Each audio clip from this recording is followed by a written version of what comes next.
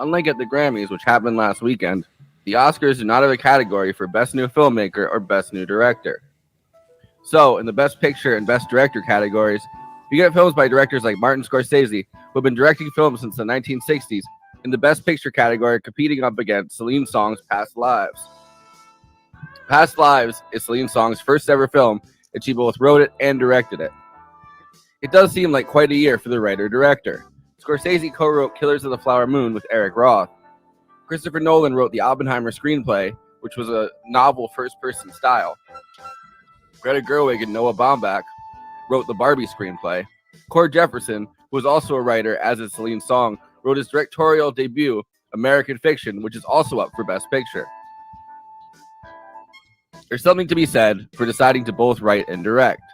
You can infuse the film with a perspective of your own that you wouldn't necessarily be able to adapting someone else's screenplay for the screen. Past Lives falls into that semi-autobiographical space that very often is the perfect starting point for a film career. If you have a story to tell, a statement to make, why not start by expressing that? I think that all of it, I think what mattered to me the most in it is that we found the language that was this movie's own.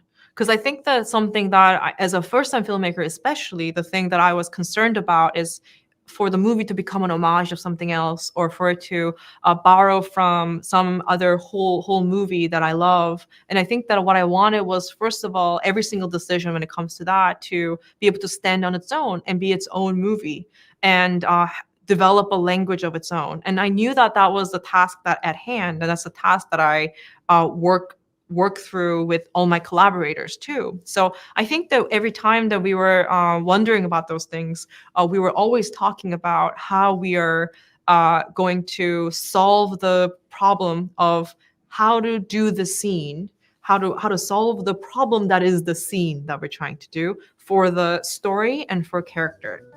If you recognize the name Celine Song, which I won't lie, I didn't, but I do remember this now, she's a playwright who has gained quite a bit of traction for her experimental work. Most famously, during the COVID pandemic, she directed a live production of Chekhov's The Seagull on Twitch using characters from The Sims 4. This online theater came out of the fact that Celine Song's play Endlings was cut short during its American repertoire theater run by the COVID pandemic. In 2021, Song was hired as a staff writer for the Amazon Prime show The Wheel of Time. Past Lives stars Greta Lee of Natasha Lyonne's show Russian Doll as Nora Moon.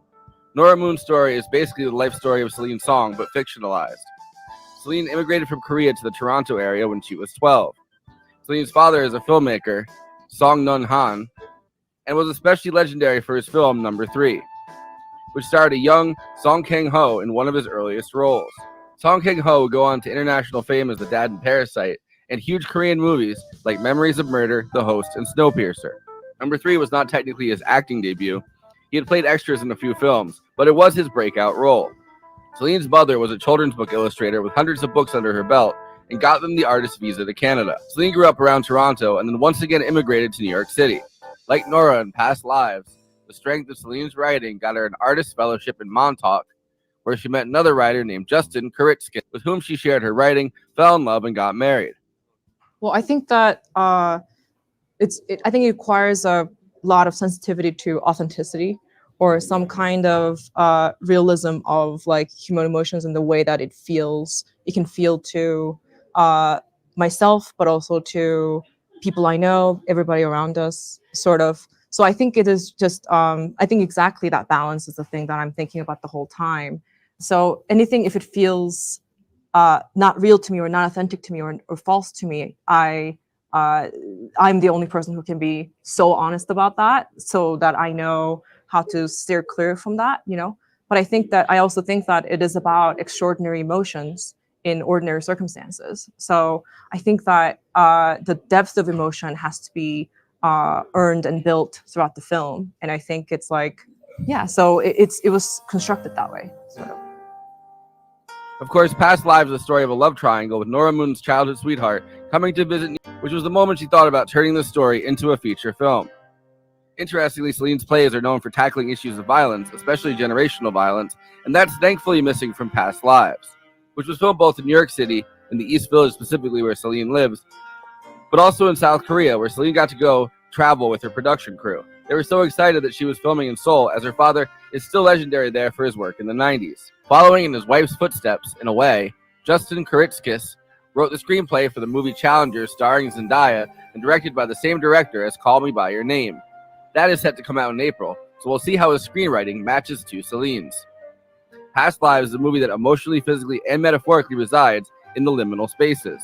From the beginning, when Na Young chooses the new American named Nora, this is a life lived in a transitory state. Nora's life is transitory even by immigrant standards. Nora develops feelings for her best friend, Hae Sung, played as an adult by Tae Yo. But her family is moving to Toronto soon, and the friends know that they'll soon be parted. In the age before social media, they lose contact completely. Then, jumping 12 years to 2012, Nora now lives away from her family in New York City after immigrating the second time.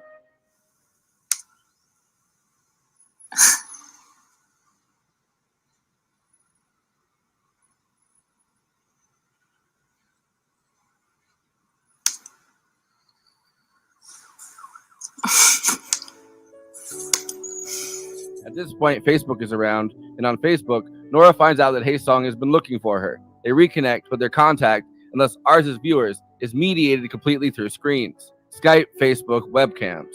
As this is happening, Nora continues to move away from her South Korean identity, and yet feels trapped in this liminal space, uncommitted to this new American existence. Language is used here as a metaphor. Nora only speaks Korean with her mom and Hae Sung. Finally knowing that she and Hae Sung have no way to visit each other, she cuts off contact, hoping that makes her feel more permanently tied to her current life.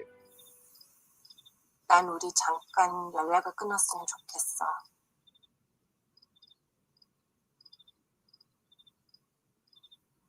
왜?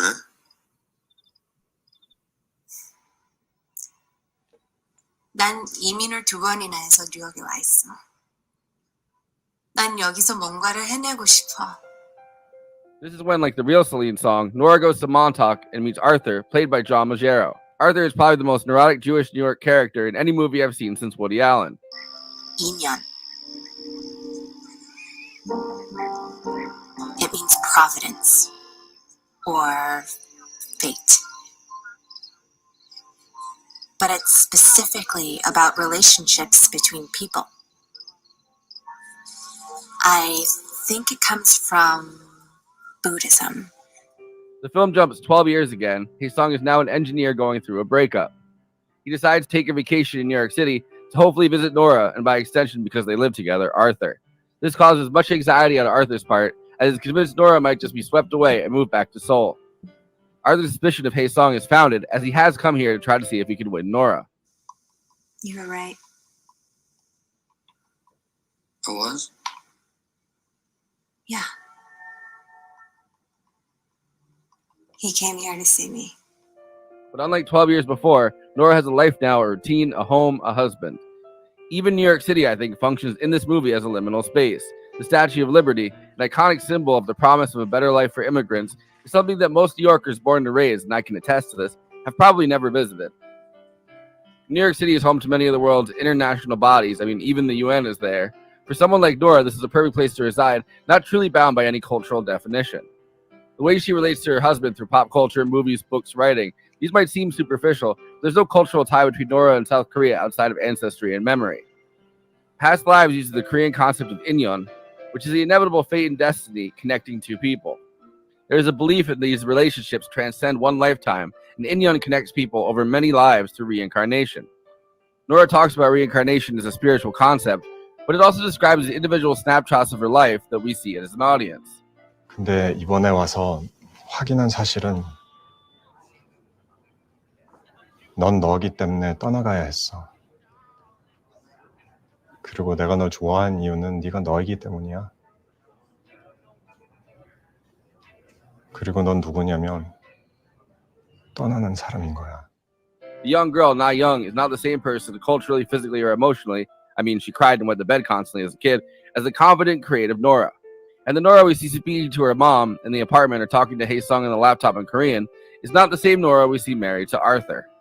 Lastly, I liked how language is used throughout this film, and I think it's interesting to compare that with Killers of the Flower Moon, but the Osage language is manipulated by Ernest and William Hale as a key to gain the trust and confidence of the Osage people and disarm them. In Past Lives, language is a barrier, one that Arthur attempts to overcome but is not great with.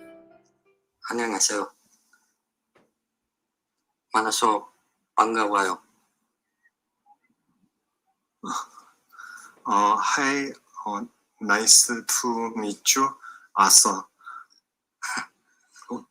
한국말 잘하시네. 아네. Again, in this liminal space, Nora must mediate between Arthur and Hae-sung as the only person fluent in both Korean and English. The most awkward and hellish scene, at least if you're watching from the white guy's perspective, Arthur must sit there cut off from the conversation as Hae-sung attempts to explain his feelings to Nora in Korean. But also over time, as Nora puts down roots, she loses some of her connection to her first language, speaking almost entirely in English in her daily life. However, in her dreams, she sleep talks in Korean. This is what convinces Arthur that maybe she's subconsciously planning to be whisked away. 생이라면 우리의 다음 생에서는 벌써 서로에게 다른 인연인 게 아닐까?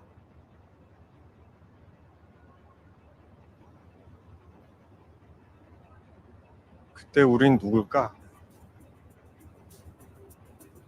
모르겠어. Tonight's show is brought to you by Yabiga. A Balkan Rakia spirit, go to yabiga.com to order a bottle tonight. Anyway, before I introduce the panel, please like this video and subscribe to the Movie Night Extravaganza YouTube channel. Hit that bell to get notified whenever we're streaming. Also, we are now monetized, so if you have any pressing questions during this live stream, send us a super chat, which helps me keep the show running, and which I am obligated by international law, human rights law, to answer. We also have a Patreon, patreon.com/movie night extra. All of our after parties are on there forever. We also have a new Discord and a Letterboxd HQ account, so those are two more places to follow along with us. Links are in the description.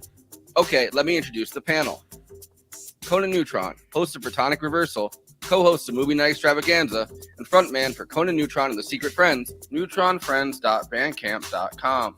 Conan Neutron and the Secret Friends has a new split LP with Lung, Adult Prom, available now on Bandcamp. Kristina Oakes is streaming on Twitch at Cosmopolitics, twitch.tv/Cosmopolitics. Also recently joined YouTube, she's on Twitter, Instagram, and Facebook at Cosmopolitics. Send her some subs on Twitch, and send her a coffee. This month for the Oscars, Conan and Kristina are co-producers. We will have both show and after-party content that they've produced, so follow along. In the Discord, as well as watch parties on Mondays in the Discord. J. Andrew World, illustrator, book cover artist, artist for Gives Them an Argument, co-host for Movie Night Extravaganza, and Bad Takes. I, of course, am your host, and hopefully somebody's future dumb, white, oblivious husband who doesn't know how to speak my wife's first language, Forrest Miller. I'm always telling people we got Indian at home. Dare to dream, my dude. Dare to dream. My first language is English. True. Well, and I barely speak that. No, no, I don't know why in my head the first thing I thought of like hearing Indian, I was like, "Hey, mom, can we get Indian?" And she's like, "No, we have Indian at home," and it's just like a picture of like like one of those like Indian reincarnation like Hindu kind of things. It's like, man, it's not what I wanted. Yeah, every time I see Greta Lee now, I think of "Hey, sweet birthday, baby" from the Russian Doll show, because that she's probably said that line hundreds of times. Yeah, she's really good in that. It's such a different role for her, obviously, but yeah, she's been a very consistent, like, all the things she's in, she's really good in. But this is, I feel this is a star-making role personally. Like, at least amongst people that are going to give time to a movie like this. Yeah, it's going to open doors for her. Yeah, I think if your favorite movie was Top Gun Maverick, you're probably not going to be spending a lot of time with past lives, unless you're Zach Marsh, in which case you are. But but most people are not. Do you guys remember her thing that was like? So before this, right? She had some play on Twitch. I think it was like one of the first times I ever even heard that Twitch was a thing. I remember it happening, and I remember thinking, "Wow, that sounds weird." Oh well, and I moved on with my life. I'm pretty sure that's the first time I ever heard that Twitch like even as a thing. Yeah, I was like, really? They do plays on there? Like, you can do anything on there. There are people there's a truck driver who just live streams his job during the day. That sounds horrible. Truck driver. I would never watch that, but whatever. I'm not the target market. Yeah, he's got like 50,000 followers on Twitch, so like, yeah. Of course he does. Yeah. Does it sound like something I personally find abhorrent? Yes, it's very popular. Okay. Well, it's all Trump. It's all like Trump and his friends just watching and being like, like he just likes trucks. He really likes trucks. You know. I just find it interesting because The Sims is very popular on Twitch, so it was interesting to see her do like use The Sims to make like that up. It's very inventive. I mean, especially in a way that like, yeah, you have a thing that you've sunk all your time and effort and love into, and then you can't do it, right? Sounds familiar. I remember that. And it's interesting to see because for me, like the same people so I heard about Past Lives way before it was Oscar nominated for anything, and the same people that I heard it from were the same people that turned me on to After Sun, which was another movie that just sort of seemed like it came out of left field. It was just like a really like an indie drama with like a lot of heart that it's really hard to sell people on because it's not like, okay, so they're traveling time and it's a war where no, it's none of those things. It's human emotions and but it's good. It's a moment of humanity and it's beautiful. Yeah, I mean, and people, there just is no lexicon for that. And if there is, people call it a rom-com. And it's like, this is, like I said, this is closer to a rom-trage than a rom-com. Like, it's more tragedy than comedy if you stop and think about it. And I mean that as a compliment, but there's just no lexicon to talk about serious movies for adults that deal with emotion, right? Yeah, and relationships. And it's specifically about a moment, too. That's what makes the movie so beautiful is that you know, this, you know, it's the fragility of that moment where, like, everything is possible, but yet you know in your heart that there's only one conclusion. And as much as the other, you know, possibilities are amazing to you, you know that they're not going to happen, and you just kind of you come to accept the moment as it is, and that's what this movie is, which nobody is allowed to do anymore because it doesn't make anybody money to do that. so everybody's trained to never accept the moment as it is and to always be wanting for something and else. Honestly, like if everybody made a movie like this, we would be bored of it pretty quickly too, and not appreciate this for what it is, because you know, can you just imagine James Cameron's trying to do a movie like this? Well, within the movie, it's exactly the same as this with Blue People. Yeah. It's only her that's capable of, you know, accepting the moment as it is. The men that are in this movie do not accept the moment as it is whatsoever, right? Like, you know, like her Korean sweetheart, like he's deeply dissatisfied with how his life is turning out in Korea in a completely different way, I think, than Arthur is completely dissatisfied with. You know, like he needs the constant affirmation of her being like, "Babe, I want to be here," and he's like, "Yeah, like come on, you got to tell me again, you really want to be here." Which maybe I hate his character so much because I've been that person that's like, I don't really believe that this is like. Can you tell me again? Can you please? It's like hearing your voice on a tape recorder. Real quick, calling back to some of Andy's nonsense. Like, imagine if, like, you know, they recast a movie, but everybody is a Muppet but one character, right? So Arthur's the same, but everyone's a Na'vi from Avatar. That's what I would do for this film. It's like, I just don't understand their language. They're like looking up and like speaking Na'vi or whatever the language is. Also, this is also semi-autobiographical for Celine Song. It's literally, I mean, it's ripped from the headlines from her personal life. Yeah. Well, and it's crazy. She had the idea for this in the moment of sitting there while her actual husband, who wrote the movie where the two dudes are making out with Zendaya in the trailer. That'll be interesting. As it's still henceforth to be known. We're going to come up with a shorter title. No, it's sexual means quaking. So no, but she came up with this in the moment while her, you know, her childhood sweetheart was sitting on one side of her speaking in Korean. Her husband was sitting on the other side of her, you know, barely knowing Korean and speaking English, and she was having to translate. And she's like, I should make this into like my great movie. She wanted to leave the theater because I don't think her experience in the theater has been very good. Her plays are pretty experimental as far as I am aware. One of them, she has a guy with a sign on it, like one of those signs you hang on people to shame them, and it says like white husband or something. Wow. Okay. Well, that's a lot to unpack, but I think it's notable too because it's like this is a movie you have to pay attention to visually, even though there's not explosions, there's no time travel, no Avengers show up, but you have to pay attention visually. Wait for the sequel, because the post-credit scene was great whenever they do form a team. Because what happens is that see, now I'm thinking about, who would be on that team. Okay, well, the dad from After Sun, and you throw in After Yang too. Oh, and the guy from and the dad from Everything Everywhere All at Once. There you go. There you go. I think in another life, I'd really like, just doing laundry and taxes with you. That guy's in it. Like, yeah, exactly. We'll get them all together. All your faves. No, but my actual point is, like for instance, when they're at the bar, right, and it caps the scene from the beginning where you see the people kind of checking them out and sort of figuring out like what the deal is, right? But as they kind of engage in conversation more, she kind of stops translating after a little while. Yeah. And to see when she does that and how they both react to that, it's like, it's deeply compelling, but in a way it's like, oh, it sucks to be that dude right now. I mean, peace and love. But like it goes back to the line where he talks about like, hey, if this is a movie, like I would be the villain.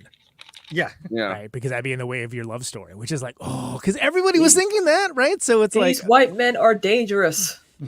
And also it's like, okay, you have like a lost childhood love from the old world. Like that's the story we're used to seeing, right? Yes. And we're used to seeing them like get together, and we're used to seeing them, find, and then like, oh, the villain gets his. And it's like, well, but he's not a villain.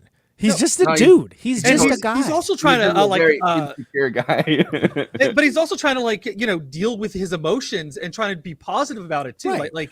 Because sometimes I don't think he's insincere at all. I don't know if I would be cool with this. I would be like, you're doing what with whom? I'm sorry. What?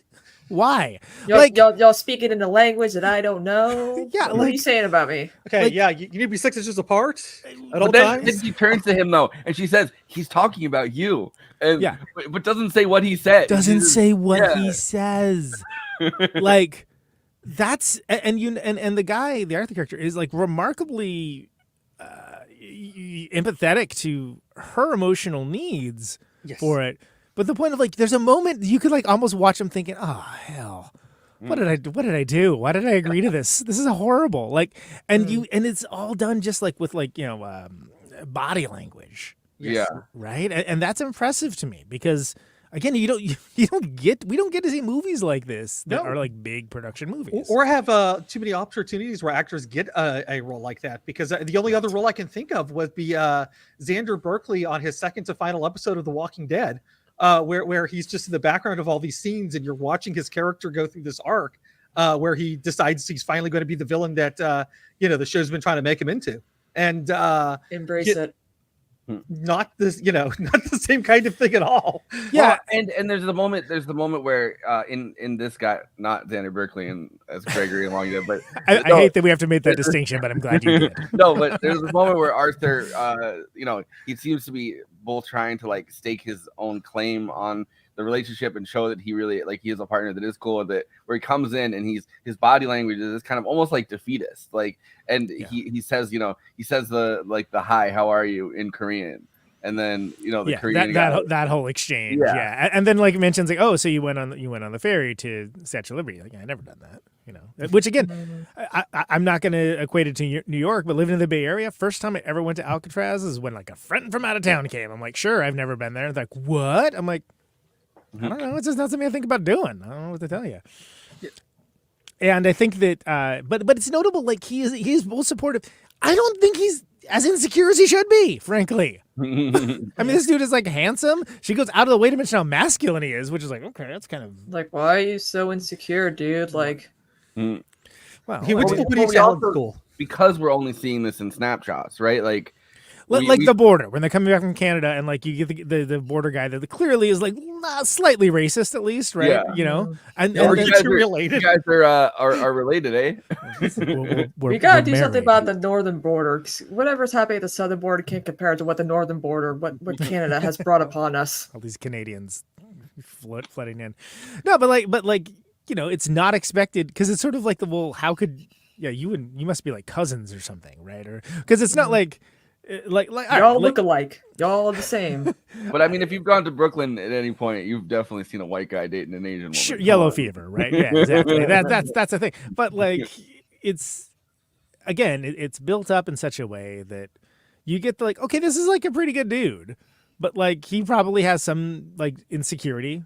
Not at Beau's Afraid level insecurity, but he has some insecurity that is manifest in not made any easier by the situation, which again is like a storybook, except for the fact that he's the impediment to the story being finished correctly. Mm-hmm. Well, and the fact that she cut this off to try to make her life in New York City because she didn't want this tie to the, she was kind of brutal. I mean, he didn't see that part of it, but she was pretty brutal to him over Skype or whatever. Yeah. And just kind of leaving this in the lurch and kind of completely cutting off this thing for 12 years after the guy spent all this time trying to find her.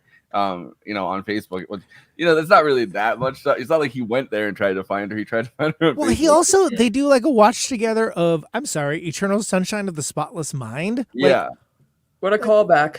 Like, why would you? First, do love playing games like that, though. I do love that movie, but I would never in any way, shape, or form recommend it to a former ex of mine. Like, are you kidding me? Like, I would recommend Always Be My Maybe, because that's actually more uplifting comedy. Yeah, it's Yo, man, I'm trying to forget you, so I'm trying to be like that in this. He's like very naive about it too, Yeah, and there's like a power dynamic at play. She's like yanking his chain, like, or dangling, like, hi, like. Yeah, and I think. Which is brave of I'd watch a podcast hosted by 3 Muppets and Kristina. Sometimes I feel like that's closer to reality than I like to admit, frankly. I mean, it kind of is if you think about it. I'm definitely the Sam the Eagle of this bunch. It's deeply a guy that hasn't come in 200 fucking years. The one that's just like a staunch character. Come on. No, I know. The first thing I think of was Sam the Eagle is like, that dude has not come into it like since the founding of America. That's like why he's so uptight all the time. Fair enough. He can't. He has wings. He doesn't have hands. But okay, move on. Enough. We get it. No, it's deeply honest. We'd like to welcome all our new listeners. It's deeply honest of her to be able to analyze herself to the point where she writes her own, like the corollary of her anyway, right. As this kind, as someone who's kind of stringing along this childhood sweetheart that she has, and who's kind of a dick to her fucking husband too. Like, she's definitely playing with it a little bit to like get his reaction to stuff. When she's like, oh, he's pretty masculine, and like she's like, oh, I am kind of gonna go away back to Korea, haha. But like, that like the psyche of a guy that's that insecure, if you make a joke like that, like it does not help his. Yeah, don't joke about that. Don't because there's that moment, and oh my god, like everybody's ever been in a long-term relationship had that moment. Well, are you attracted to him? And that's like a red alert. Yeah, why like call me out like that? Be like, attracted to who? Who are you? What happened? Where am I? I'm like, I feel like some of us number. Some of us are in a relationship just for the sake of being in a relationship. Which I think is what he feels like this relationship is in a way. Like, because there's a whole like green card aspect of it. So like, right, is this a real relationship or not? And he has that in the back of his head. And so they clearly established like, yeah, they got married quickly because of she needed a green card.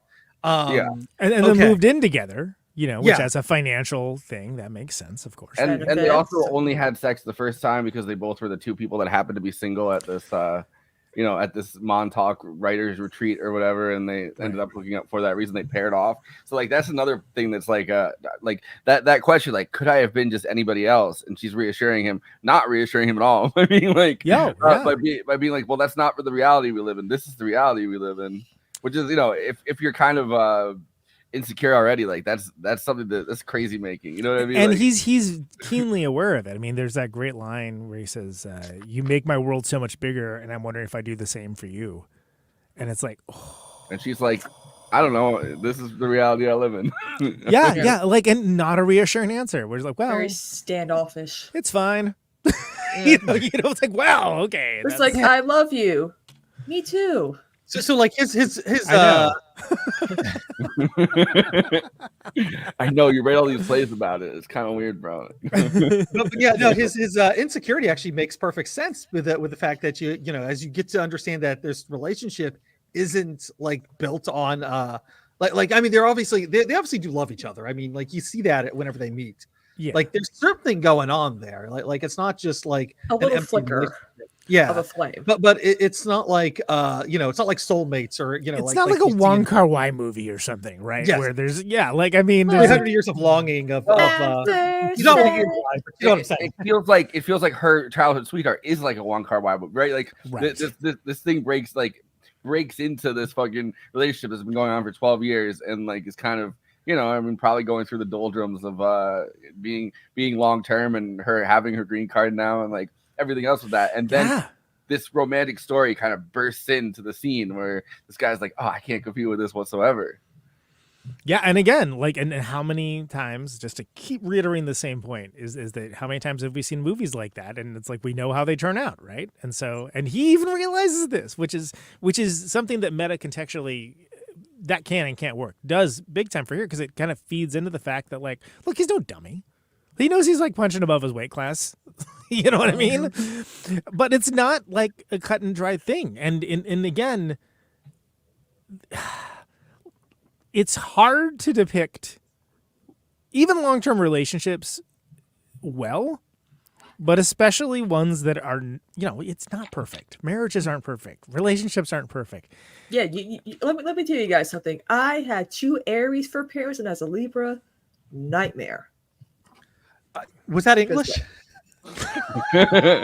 See, this is why you have to translate because I know nobody. My parents were too much alike, so they always butted heads. Like my mom, I feel like I'm not bilingual right now. Yeah, my mom would always say, "Oh, your father was an asshole, but you know he loved us and I loved him," and I'm like, "Awesome. Is she talking about the Zodiac? The Zodiac killer? But yeah, like I think that the storybook aspect of it, but then she's the opposite of like a sentimental. I mean, there's sentimental connections I think she has to Korea, but like her own mindset, I guess, is extremely realistic, right? Like because she thinks she can't do what she wants. You're probably right. Can't do what she wants to do living in Korea. So she ultimately leaves Korea, is very happy with that decision. Probably correct, I might add. But like she has the idea of what she wants her life to be, and that's why it's funny when it's like, oh well, you know, is this how you thought it would turn out? And like she's just like, what are you talking about? Because she clearly has an idea of how she thought it would turn out, but it just didn't include it. Like she wasn't thinking about the romantic part of it, right? And it's you're thinking about that green card. She's thinking about thinking about that green card. Still thinking about. Well, it's like opportunities too. Like there's only so many opportunities in Seoul. Canada does have more opportunities because of how the government funds the arts. But still, you know, you're not going to have the highs and successes that you will, you know, in Canada. You'd have a nice career and find a nice, might get some government funding life. Yeah, with the government funding and whatnot. But like, you know, there's a difference between like being successful in Canada and being successful here in the States. Yeah, because I mean, a CEO could just be like, "Yeah, this film has been completed, but I'm going to delete it and write it off for taxes." Well, and the other thing to realize, like, I know that I was going to say ask Chris Murphy about Canada versus the U.S., but well, ask about Sloan. Filmmaking obviously it wasn't her first. I mean, you know, she wanted to be a playwright, and it was is a playwright, but like, her dad is like this, you know, legendary filmmaker that I think he made like 5 films, and then they left South Korea, like pretty much, and he made like these cutting edge films. People like really look up to him there. So she was saying that when they went to South Korea to film for this. People were like, you know, like lining up to see her, being like, "Oh, that's like, you know who her dad is, right?" Like I can't wait. Set expectations, like Sofia Coppola or something, right? Yeah. But this is her talking about the opening shot, and like her idea for it and everything. I like that. I mean, it being bilingual. This is like the second one in a row, right? That's like that is very important to the plot, and that who can understand whom and when is very important to the plot. Weird to think that you can't do 2 languages in Final Draft. That's really interesting. Yeah. Or at least maybe also because it's not. It's the characters, maybe. Yeah, because it's Korean. I mean, I don't know. Keyboard mapping. I mean, it's just, but it's intrinsic to this film. I mean, all the micro expressions, right? Like all of the like facial expressions and things like those have to mean all the more when like language itself doesn't work. And again, just harkening back to Wong Kar-wai, he does that a lot, but he does that because of vibes. Yes. Yeah. He's peace and love. He's not usually trying to tell a real story in the traditional sense of the term. I feel like there's like a crazy mirror in this in the scenes. Well, in the scene where Arthur's like, could I have been anybody else? What if I was, you know, what if there was a different writer there? Would you have left with that guy? And his insecurity. And then when she's sitting at the bar, she's basically like, would he be hot?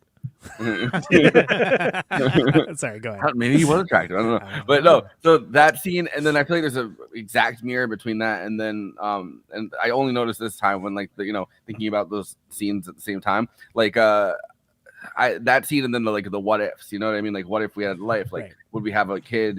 And like it's kind of a crazy, like, all these hypotheticals, and then she is not a hypothetical person, right? Like, she's grounded in reality, and you can see in the conversation that she's having even about her own movie, she's grounded in reality. Like, that's kind of her thing. So it's kind of interesting that the two guys in her life are like are very about the hypotheticals, either thinking about it in terms of either thinking about it in terms of like like their own insecurities, or thinking about it in terms of like, oh, what if this was a different life? Haha, you know what I mean? Like, yeah, what if I stayed in college? Those sort of things.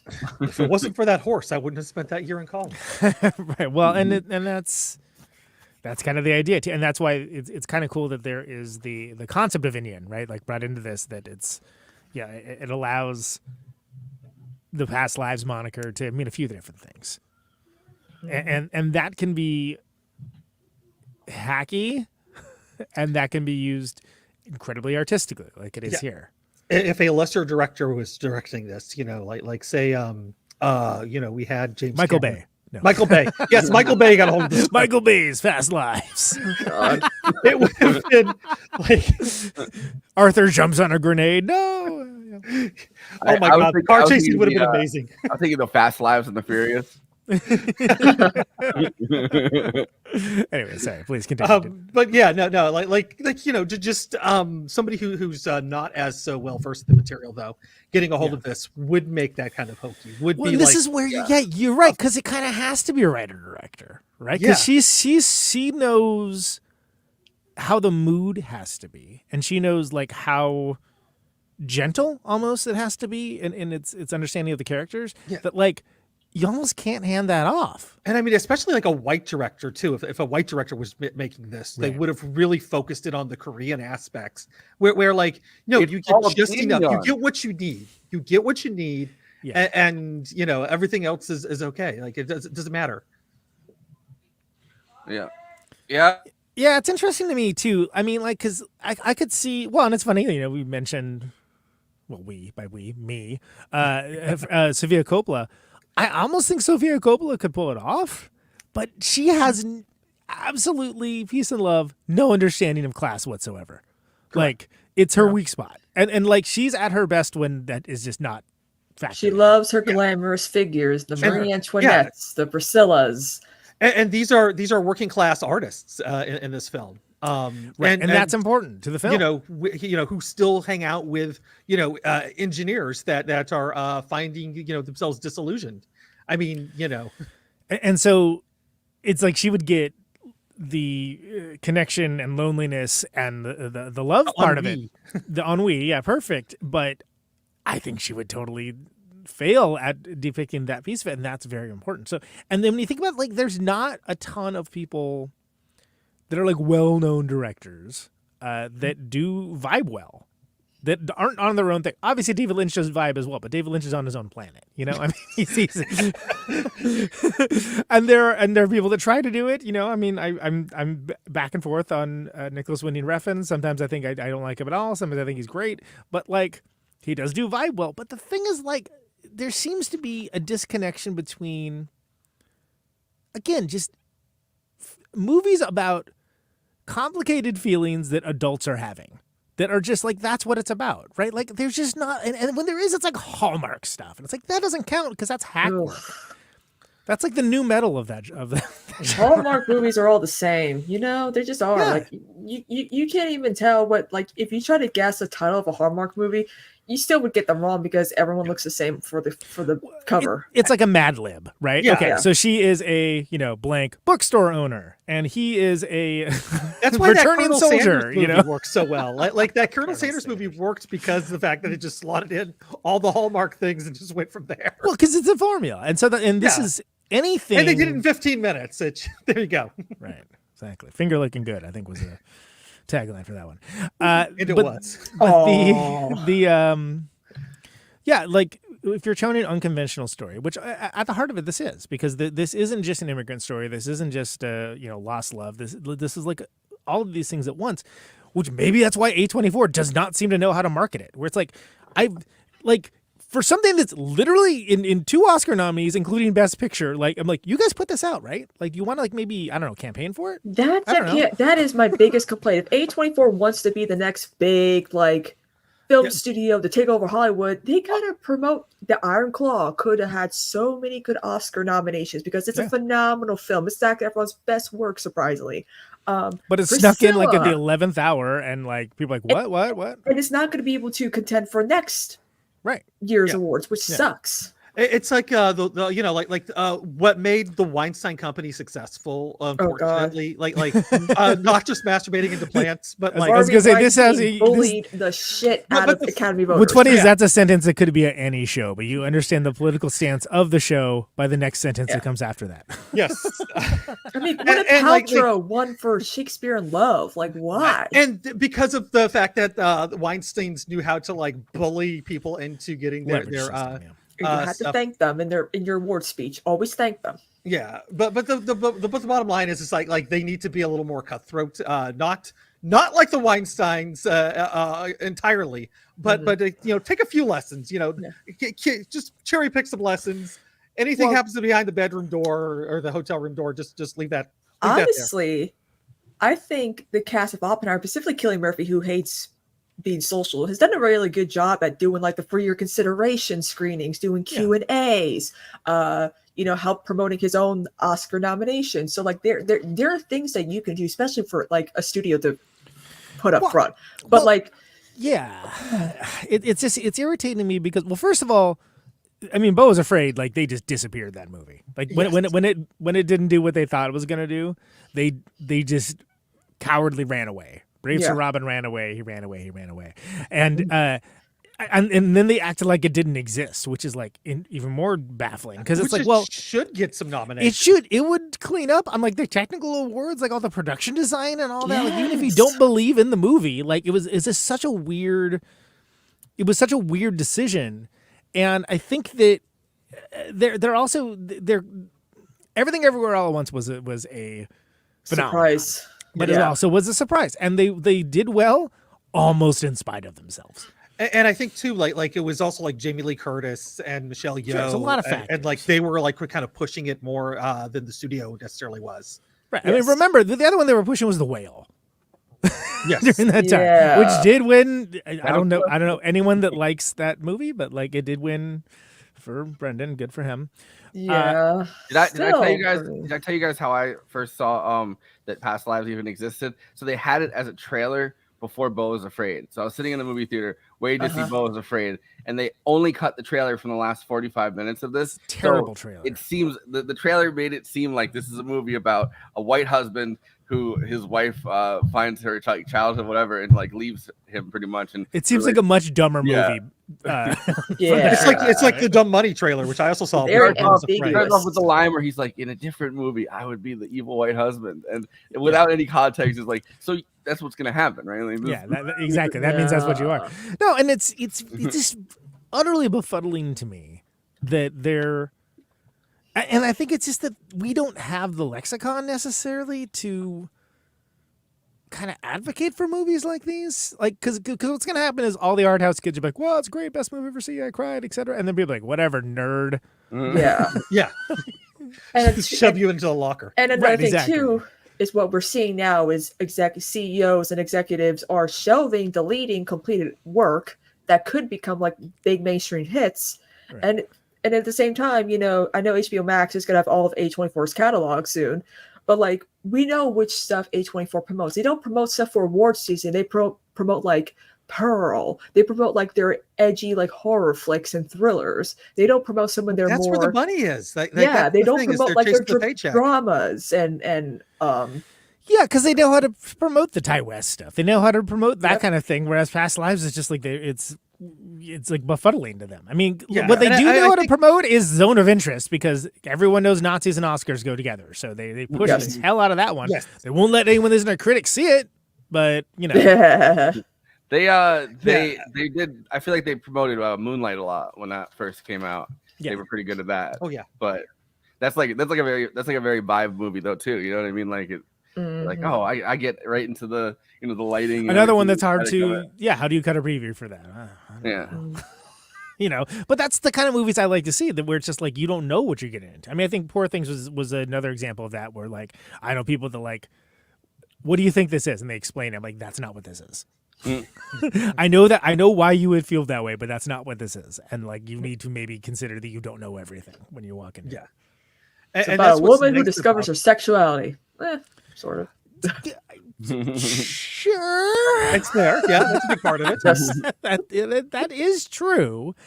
However, yeah, but If she that's learns the how to thing. dance. And this is also that's the other thing. But that's also the problem of it living in a 140 character style society, right? Like this is a more than 140 character movie. Yeah. And it gets across. And if anything, so I saw it real early on, and so this is my second watch. I think it actually holds up better. Like some things that I was like, yeah, that was cool. I was like, I found to be more poignant. I found like hit a little harder emotionally. The time skip, because they didn't really tell you that there's a time skip.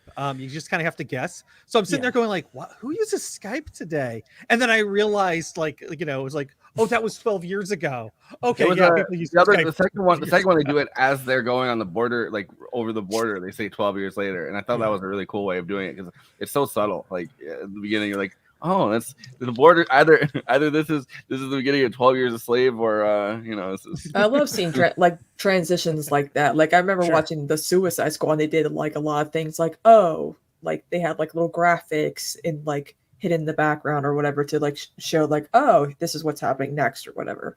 So I like how subtle that is. Yeah, I think that though, But if you're not paying attention, it's not good. I wanted to talk about she was saying that she's never been on a film set before, Celine Song before this, which was crazy. It's weird. That's yeah. Your dad, doesn't your dad? Okay. So her shooting, her not a Nepo baby.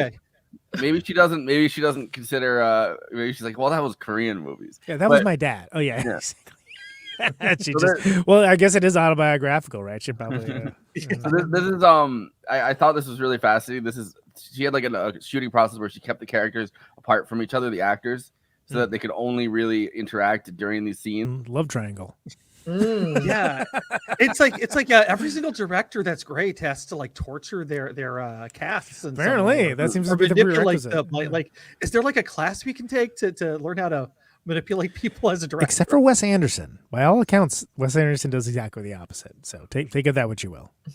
He love bombs his cast. No, he does. Apparently, they have these dinners together. It's apparently everyone's just hanging out, having a great old time. It's like, okay, Can't do that on Christopher Nolan's set. You only got like 50 days to do a full film, and there are no chairs on set, and you got to take a bathroom break after you're done filming for the day.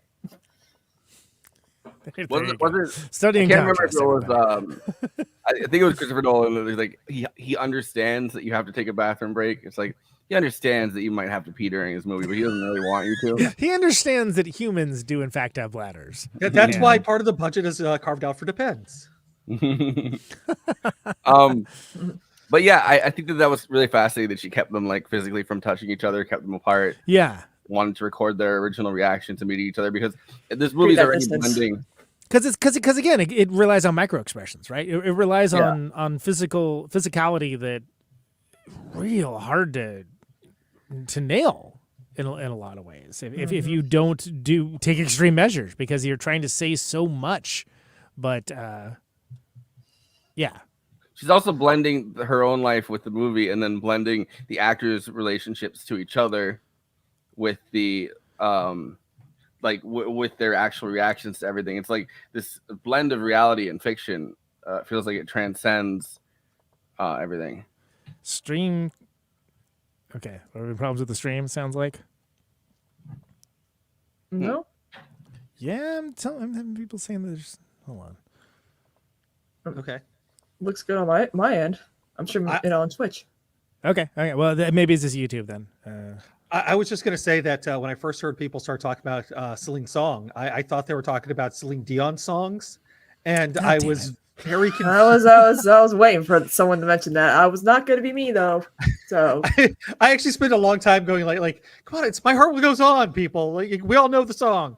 Just I checked YouTube when we're on YouTube right now. I don't know. Okay, I got a message saying that back.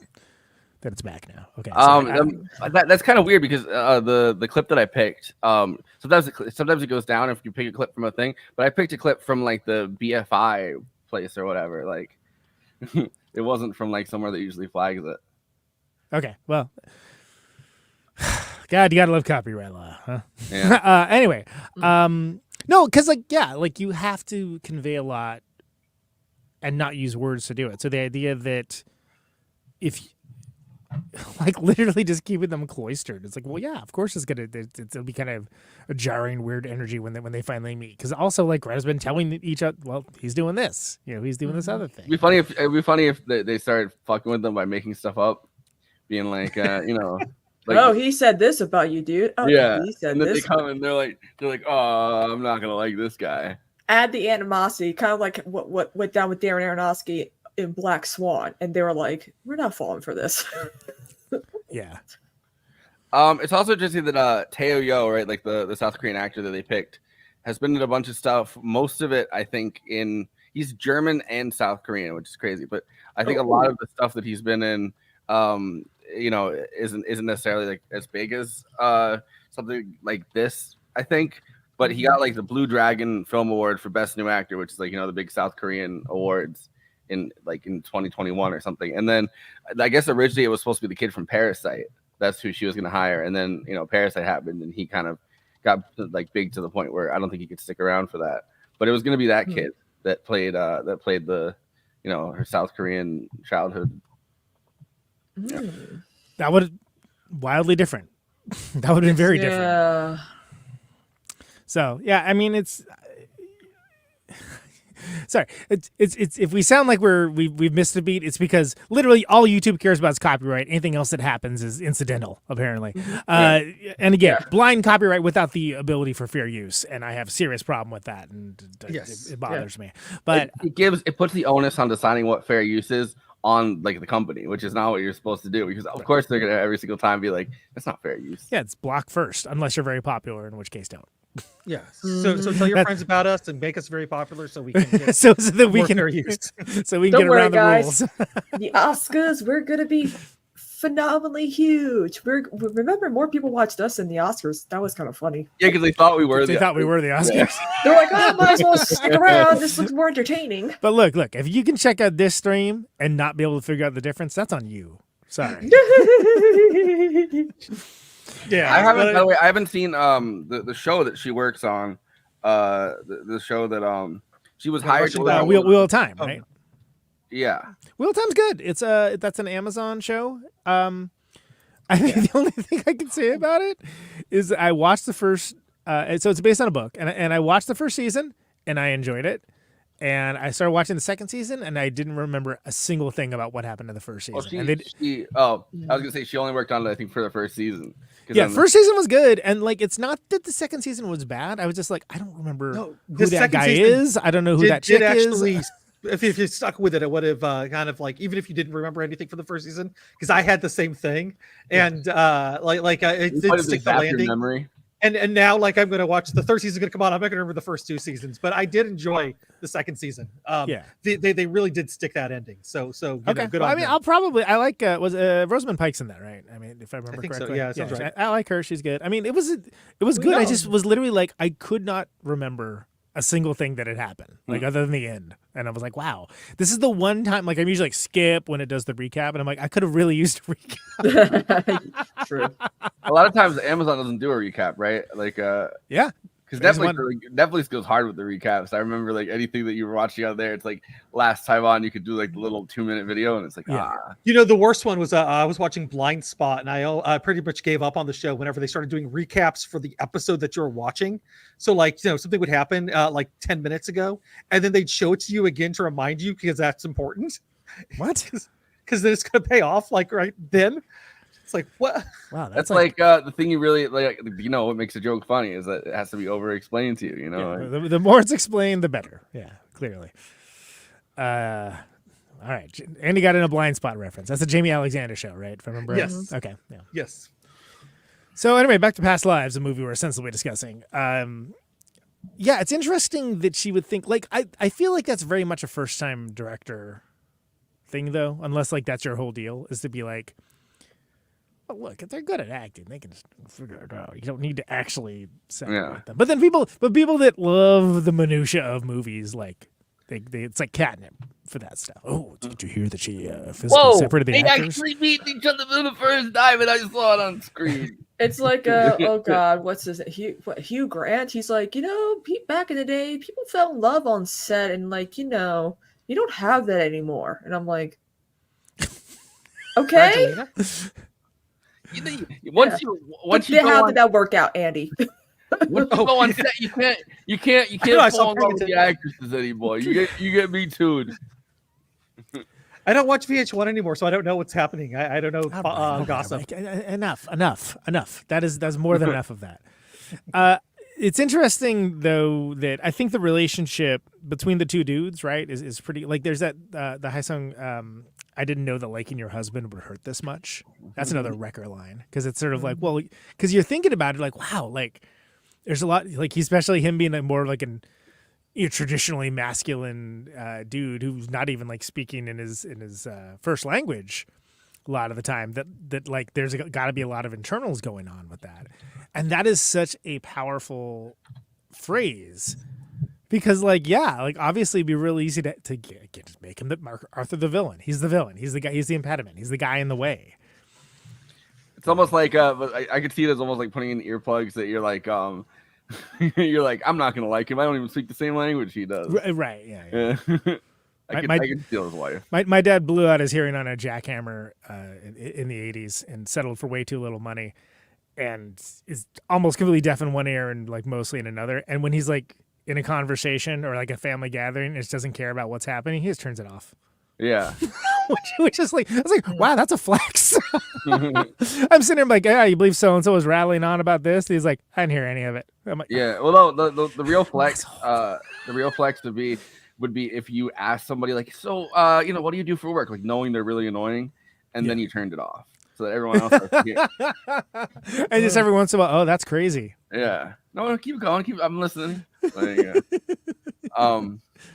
This movie makes really good use. Like, this is one of the few movies I've seen that makes really good use of the like tech. Like, usually if you see people on Facebook in a movie, you're like, oh man, like this sucks. Like, right. But maybe it's because it's 2023. People, come on now. Well, it's also interesting to see the difference, I think, between like like a South Korean Facebook or something, right? Like he has like this kind of goofy picture that like I've noticed that like a lot of like people that are either from like Korea or Japan or something, right? Like they're a little bit like I think more goofy, whereas like a lot of people in America are very self-serious about their like profile pictures a lot of times. And so he's making like wait, what are you talking about? not everybody, but like if you're trying to make it as like a professional in New York City, not on right? this show, not in this room, clearly. No. Well, but yeah, and I think you have to though. There has to be depictions of these things because otherwise, every freaking movie until the end of history is gonna have to take place before like 2005. And that's just not going to work. It's just not going to work. Like it's also nice to see it done well because like remember in the 90s whenever they showed the internet and it was just like, oh, you're like surfing through the air in the middle of a city because the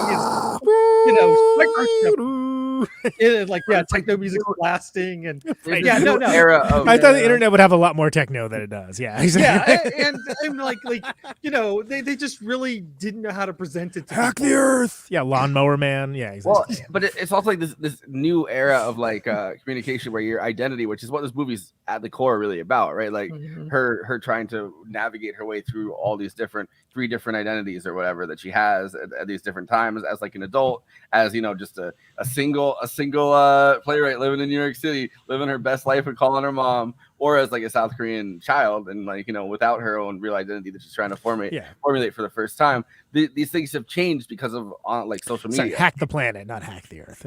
We regret the error. Okay. Snap correction from the movie Hackers, by the way. Chat correction. Which one of Angelina Jolie's first roles, actually. Yep. But like, so seeing her mediate her identity and mediate these relationships through being online, right? Like, it's kind of is a crazy thing, because it's like, you know, before that, and like the movie makes it clear, like for the 12 years or whatever before that, like she would not have been able to contact that guy at all. Like he was just, and then he's like on the laptop and like going up in the freaking whatever you call the thing on the wire, like the cab that goes up, so he can like here's what South Korea is looking like, and you know, oh, and guess what, the coverage goes out. Oh, who could have predicted? Literally anyone. Yeah. Okay. I was like, they got Wi-Fi up there? Damn. All right. No, Korea does have better internet than we do. They do.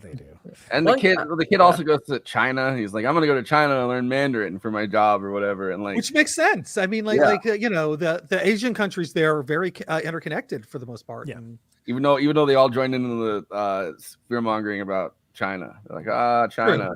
because that's how you get that's how you turn on the money spigot from the United States. You're like, Yeah. They're so well China sure is scary. Anyway, money please. Well, yeah, and I mean, look, some of that goes back all the way to like, you know, stuff in the time period of like The Handmaiden and stuff like that. Yeah. Korea's always like, you know, always has to kind of be on the hustle because they're considered the lowest class of all the major Asian countries. Yeah.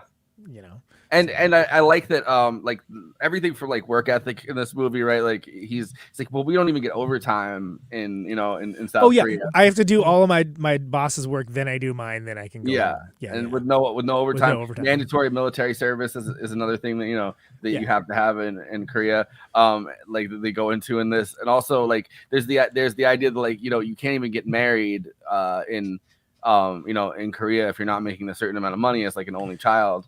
Right. Yeah.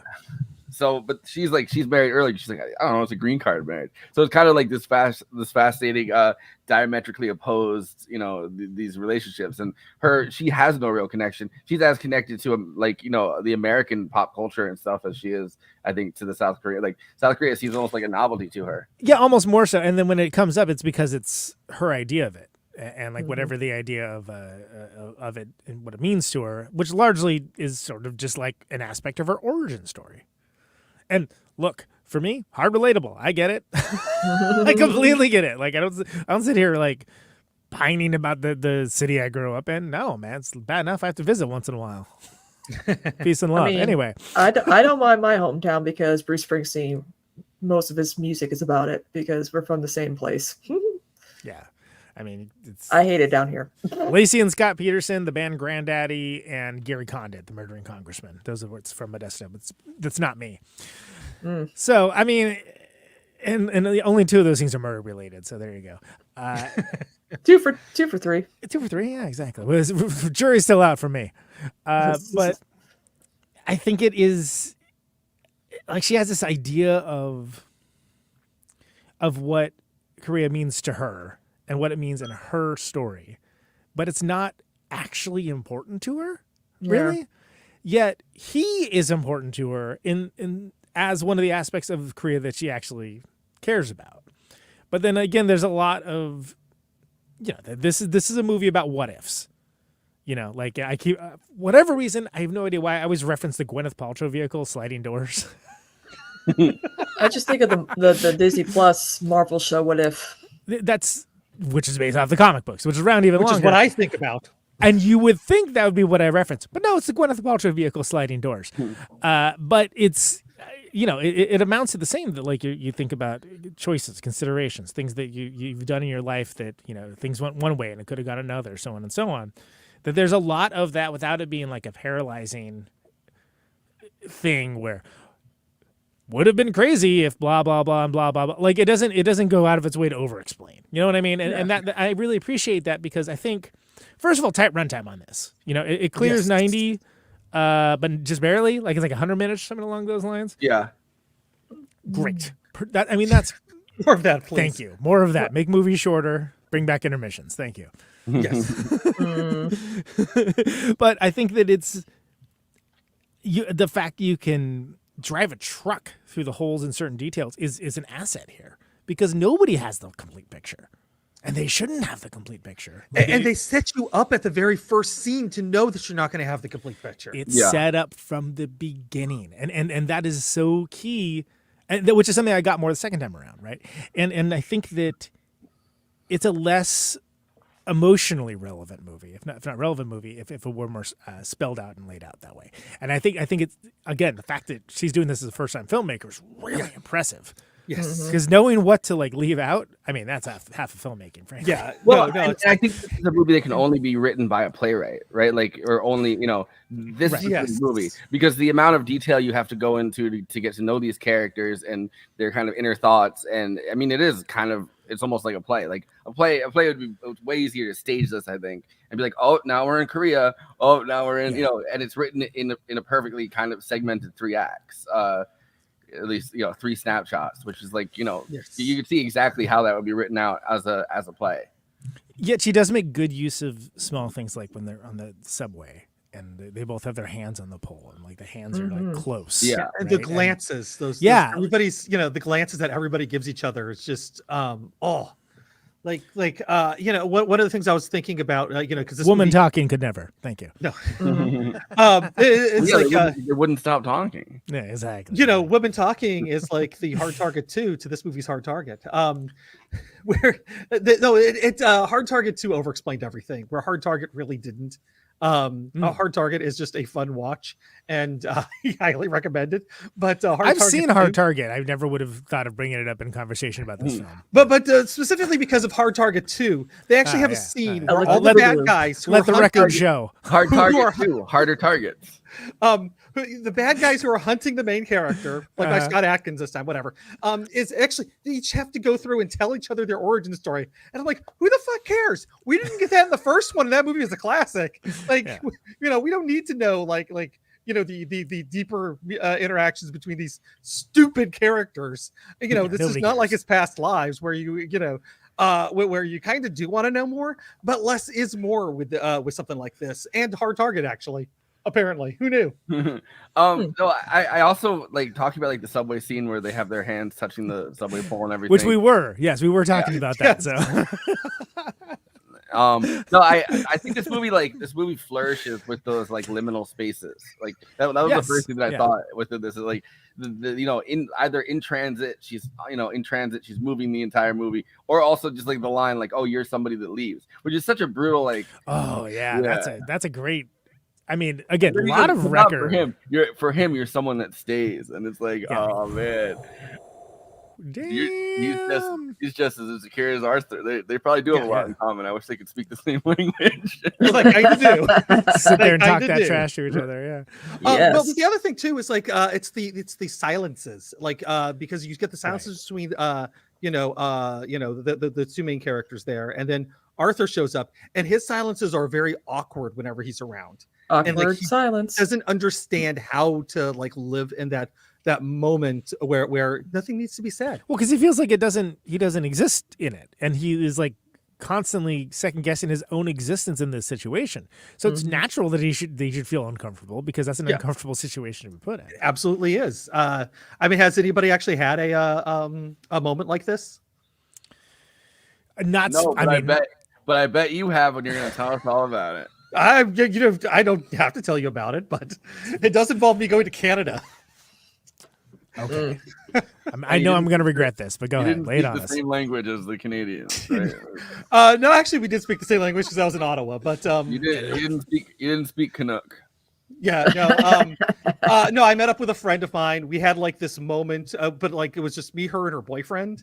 And as the like I got along actually pretty well with him, but like I could tell like there was something like after he left, we ended up just staying up till 5 a.m. talking, and it was just like, but we both knew that was our moment right then and there, like and we'll always have that moment, and it but like we can never have another moment like that. Well, this movie, I've never experienced any of that.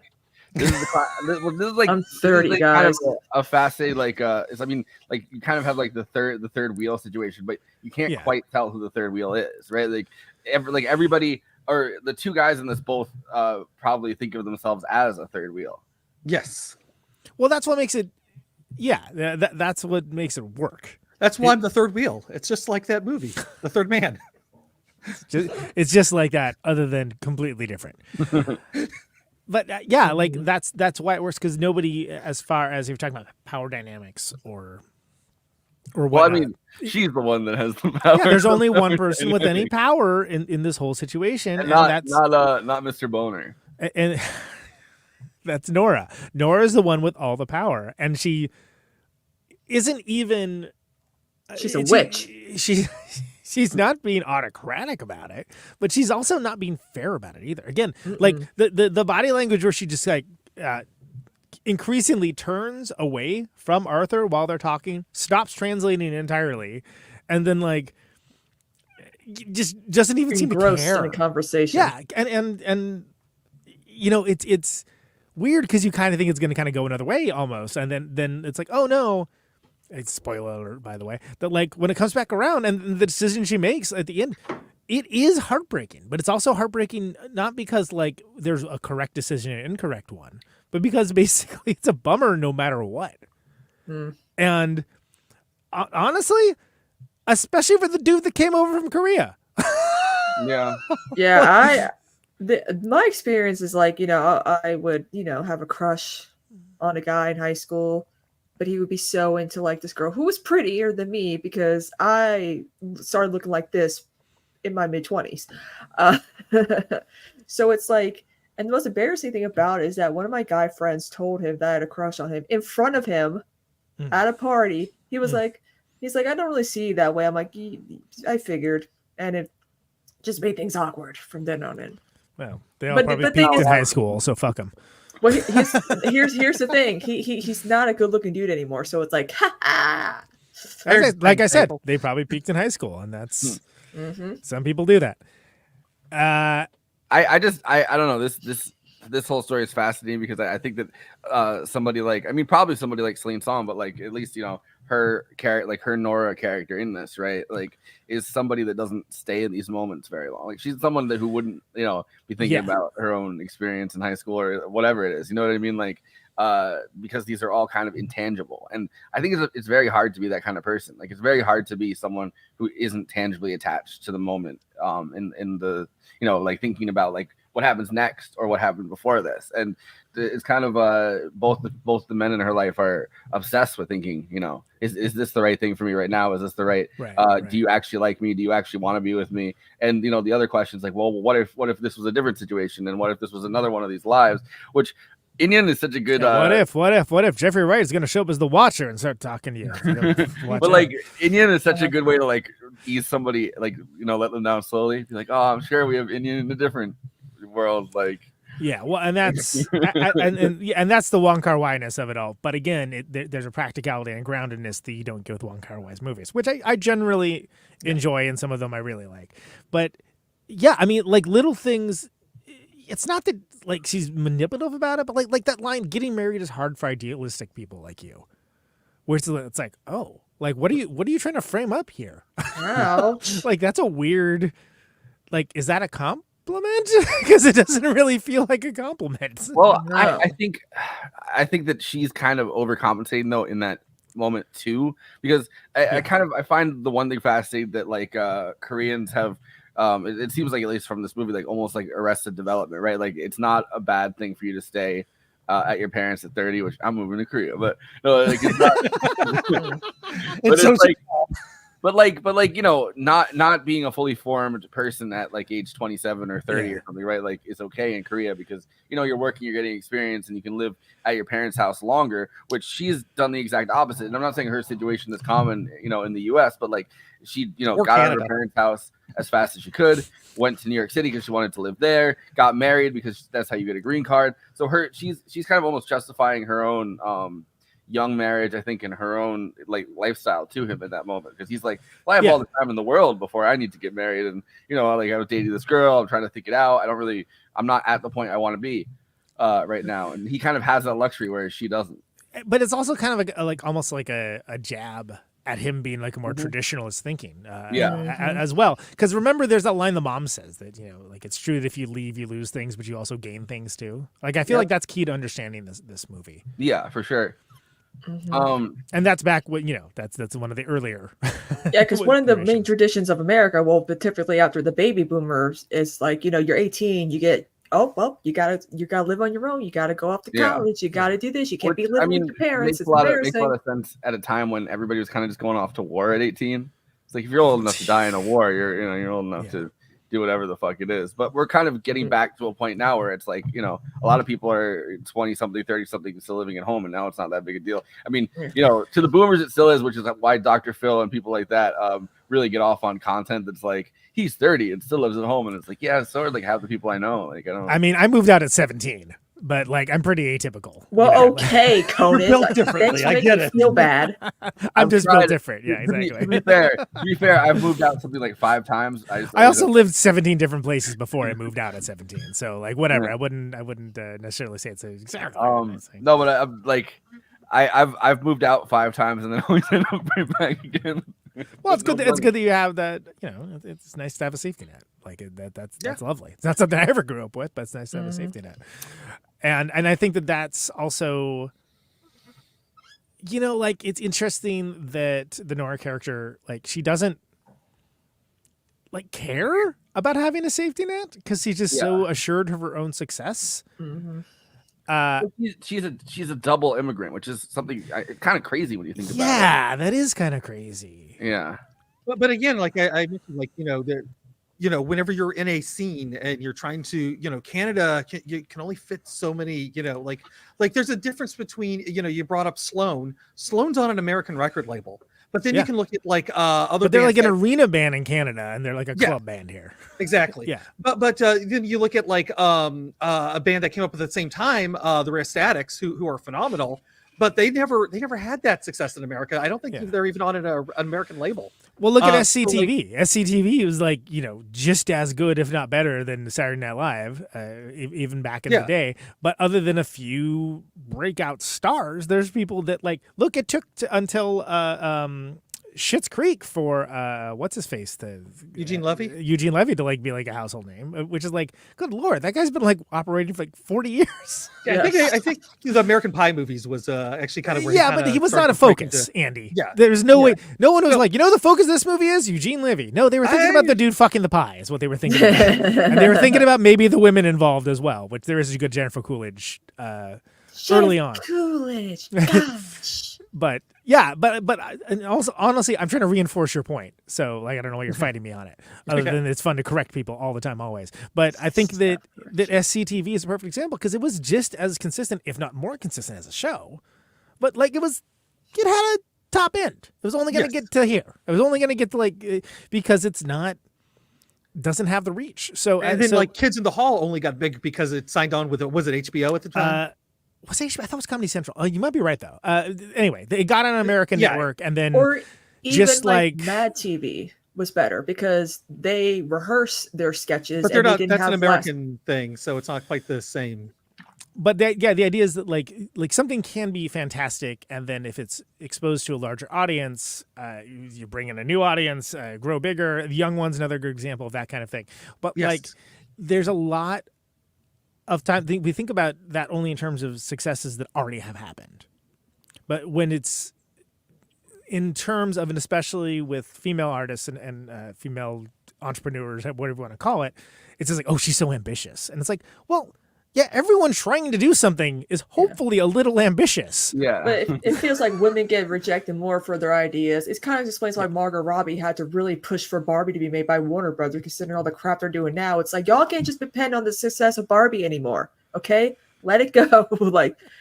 She decided to put all of her efforts into making that happen and have it be the uncompromising thing that it is. Right. Mm-hmm. And again, a miracle that shouldn't have worked. But like, it's rare for anyone to be in a position like that where they can and will fight for art because it's not made to be something that is likely to get the outcome that you want. Yeah, you can't put art in a box. There's more sides to it. Which I also am glad that like there's not a judgment kind of placed on the Nora character for basically being so like relentless about like, leaving people behind and so on and so on, because it's like, well, it's kind of shady, kind of. Those are kind of unrelated things, though. Like, she's allowed to like do her thing and pursue her dreams. It's just that the relationship with her and Arthur is not perfect. It's a little fraught. Guess what? Most relationships aren't perfect, though. Yeah. And you know what? Perfect relationship. Gotta reiterate the point. Arthur's punching a little above his weight class. Yeah, well, and that's why he's so fucking insecure about it, right? Like, And I have seen that so many times where it's like, okay, dude, calm down. It's okay. No one's gonna take her away from you. I think a deeply fascinating part of it too is that they have the same dream, right? Like they're both. I mean, like at least the real. They have a dream. They don't really go into it in this, but like Arthur, the real version of him. You know what I mean? Like his big thing is that he had a play that toured all throughout. All the the colleges in New York and was on like the circuit there. And so they're both playwrights, and his book is called like Famous People, but she made it. But I feel like she shades her husband a lot in this movie. Like she made his book Boner, but it's really just called like Famous People or something. Like and she talked about why was that the name? Like was it a reference to the Batman comics with Joker's burner? Probably not. Let's just say it. No. I think it's probably a reference to him being a big old boner. Like, get out of here, you boner. The guy that played him though, like the actor that plays the husband, I guess also is in like an interracial marriage of some kind. So he's like, really? John McGarrett. He was in. It's funny. Second movie to reference Kelly Reichardt. First Cow. He was in First Cow and Showing Up with the one that just came out this last year as well. So he's like that guy amongst the like uber art house artists. Because I mean Kelly Reichardt. I mean like whatever. Like that's it's like saying Hal Hartley if it was the 90s. It's like it's shorthand for the type of I know what kind of actor you are and what kind of movies you're in. Oh shit, he was in the Sopranos movie that they did, The Many Saints of Newark. Oh yeah, that prequel movie. I kind of forgot that existed. So his wife's name is Janice Hong. Okay. And she's a fashion designer. All right. So he I think he was he related to the fact that white guy, and I don't think he's Jewish, but he's like Italian, but like one of his favorite actors is John Cazale or Cazale. I don't know how you say his name, but like the ultimate that guy of all that guy actors. Hey, it's that guy. Explains why he was so relieved whenever he was asked to go out for pasta. Oh, you like pasta? I really like how he says he's like pasta. And so I guess pasta. Yeah, well, you want to go get pasta? Yeah, let's go. Okay, so I guess not something I usually like to eat before drinking till 4 a.m. Just gonna say that, like. Justin, the actual dude, wrote a play called Asshole. Yes, that must be what they're referencing in this. So instead of boner, it's asshole. Yeah, all right. So that makes more sense. It did seem like it was like, did stuff go really bad in that marriage? Like, what? I wasn't, because I like saw something and I was like, there's something embarrassing I think that he wrote as a name of a play, but yeah, I couldn't remember what it was. Yeah. Well, that's like in American Fiction, which we're covering later this month. Like, Monk, like at one point, he's just trying to just push the envelope because he's pissed at like that everyone is like engaging with this like work of art that he made, like not just as a joke but as like an insult to everyone. It's like changing the name of the book to fuck. and then everyone's like, oh, and then they eventually go along with it. So it's which is funny, but like it's sort of like in that way of just attempting to be controversial for controversy's sake, right? I mean, the other thing with John Kurtzis, or however you pronounce it, his original thing, Skeksis Violence. His original, how he got kind of one of the ways he got famous is he would do like these YouTube videos really, really early on, like these silly YouTube videos. Okay. So he like desperately wanted to be, I think, a filmmaker of some kind, or like a writer within like the film world. And then of course, now he got his script picked up by the Call Me by Your Name guy, whose name I can never say, Luca, whatever. Or something. Who also did the cannibal movie with Timothy Chalamet. And, Bones and All. Yeah, which I liked. Bones and All was great. Interesting filmmaker. Like not to. I mean, he told Timothy Chalamet, "You're gonna masturbate with the peach today on set." So right, and Kristina was there. He did. Yes. And he did it, and it came out. You know what I mean? All over the peach. Right. Challengers. Challengers is the name of the movie he wrote, though. And right. and it Zendaya. follows a Grand Slam tennis champion who signs up to compete in a challenger event against the former lover of his wife and coach. And that's Greta Lee is in that too, right? Is she? No, it's Zendaya. Oh no, Josh I'm thinking of O'Connor. I'm thinking of a totally different movie. Never mind. Never mind. Of course, Zendaya. It's mandatory she be in everything now. Yeah. Yes. But I'm not complaining one bit. I am. I'm complaining that from multiple people. I think that's the movie that the trailer came out and everyone was like, this movie somehow is both too sexual and not sexual enough. Like the make out scene that she has with two guys kissing her. Like this seems devoid of something. I was thinking of Materialist with and it's going to be Pedro Pascal and Chris Evans and Dakota Johnson. So I don't as Karl Marx and Frederick Engels, right? Right, exactly. Yeah, I don't know what it's about actually. But thank you. Anyway, but I think that it's yeah, it feels like the engagement with the art is coming from a place of lived experience, you know, like, and I think that's important, which goes back to as much as I think Sofia Coppola gets ennui and love and vibes very well. Like, just the aesthetics. The aesthetics are great. Don't throw anything with class consciousness, please. No. She won't know what to do with it. We'll never see the Sofia Coppola, Ingalls and Marx movie. It'll be like a dog that you throw a frisbee to and just stares at you while the frisbee sails past. It's not her deal. and I think that it's but like it's wild that this is a first movie. Like it's really like self-assured. Yeah. Right?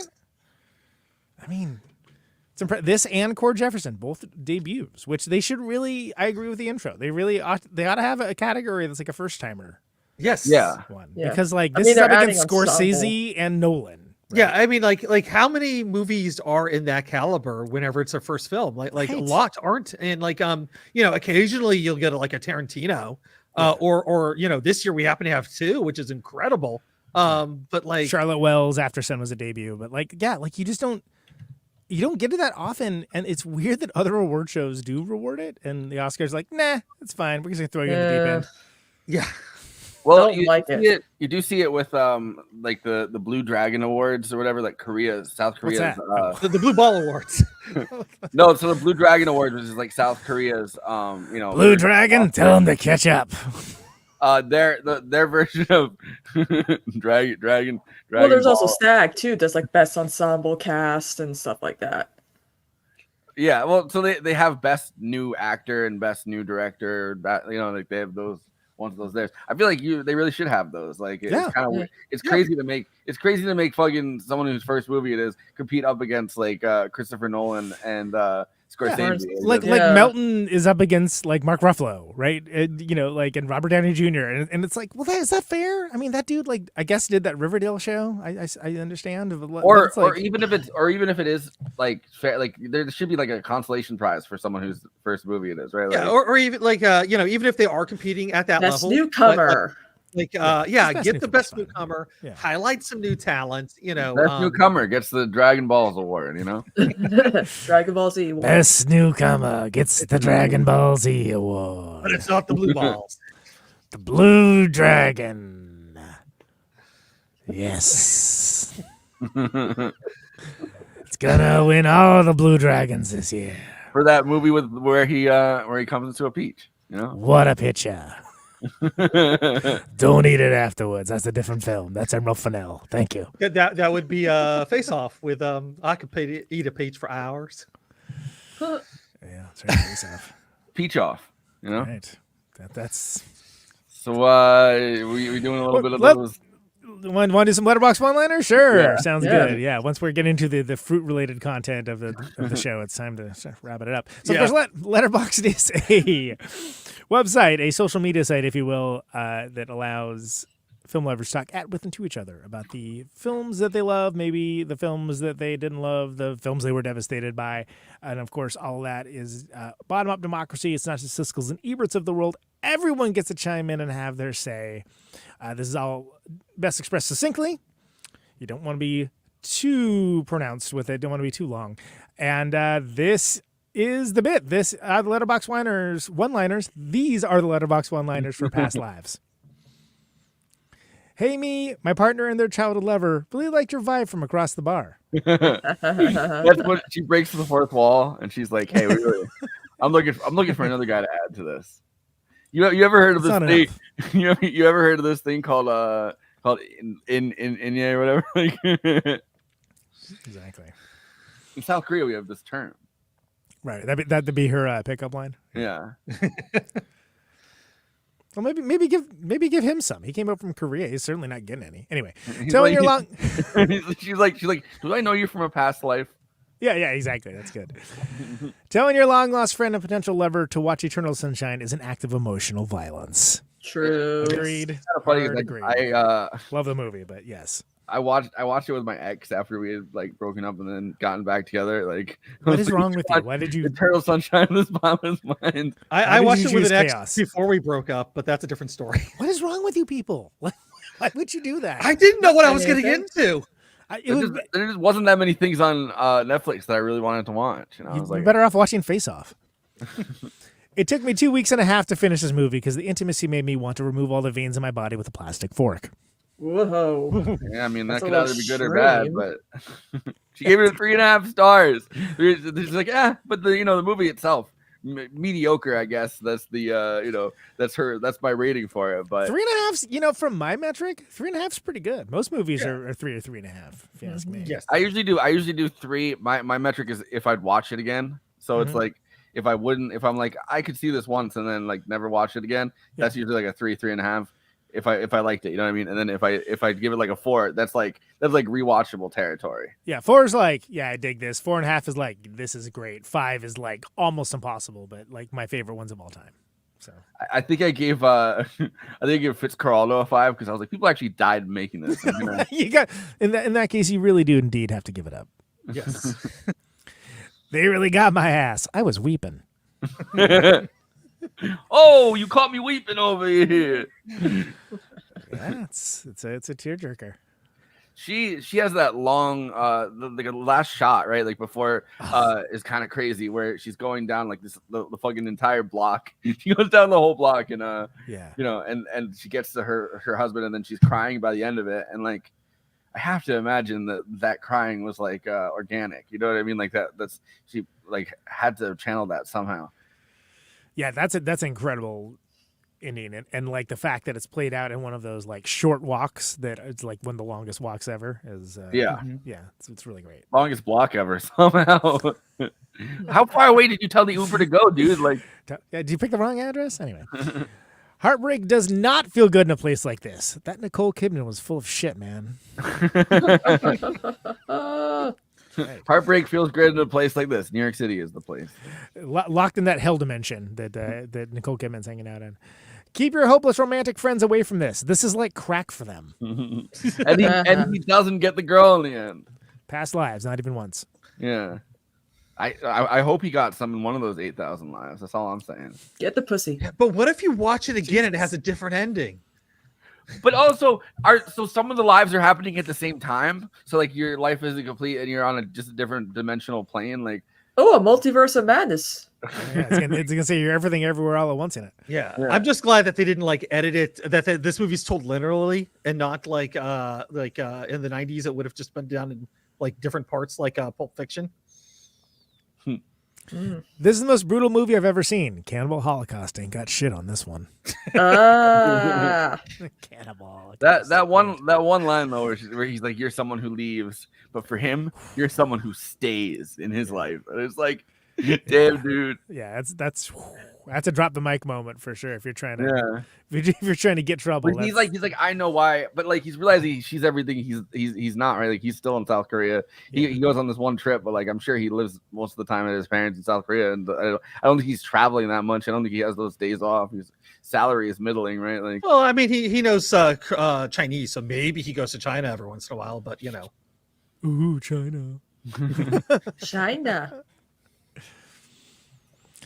This year's In Another Life, I would have really liked just doing laundry and taxes with you. Just dropped. yeah. Uh-huh. yes. Which, by the way, Everything Everywhere All at Once, the Daniels, they gave this movie so like a shitload of props. Like they've talked about it a lot. Yeah, That's awesome. It's almost the same movie, but without the kung fu. Like if you ever wondered what they'd be like without all the kung butt plugs fu. and kung fu, you have this movie. What would Matthew Film Guy say about it then? He would have nothing to say. Thank you. Burn. Shout out to the husband for being shockingly chill about this whole situation. He really was. Just like trying to think of like, wow, man, like if your wife was like, oh yeah, my childhood lover from Korea, he's gonna come visit. He's visiting the city. He's what? Yeah. oh god damn it! Is he hot? I don't know. I mean, you He's know, white. Some people say so. Or Korean. You never know. All right. So yes, the answer is yes. Got it. Hello, hi, Sung. Please meet my husband Arthur, author of the book Boner. He's like signing copies of the book too. Like he's like, I'm signing Boner, you know. Like. Yeah, exactly. This is what you do. You sign boners. Those are the Letterboxd one-liners for past lives. Please follow the show on our Letterboxd HQ account at Movie Night Extra. We are posting up all of the write-ups of all the episodes of what we do here, along with additional content and things along those lines for you to peruse at your enjoyment. Please also follow your host there, at Always Flacco, the 8,000 Layers of Vinyon, please. He is logging all the stuff we do on the show as well. So if you want to... we have Vinyon at home. Vinyon at home is pretty good. If you want to follow him along for that, you can see what he's up to and engage that way. I am the Indian Enjoyer at Conan Neutron. I'm doing all the highbrow, the midbrow, the populous sphere.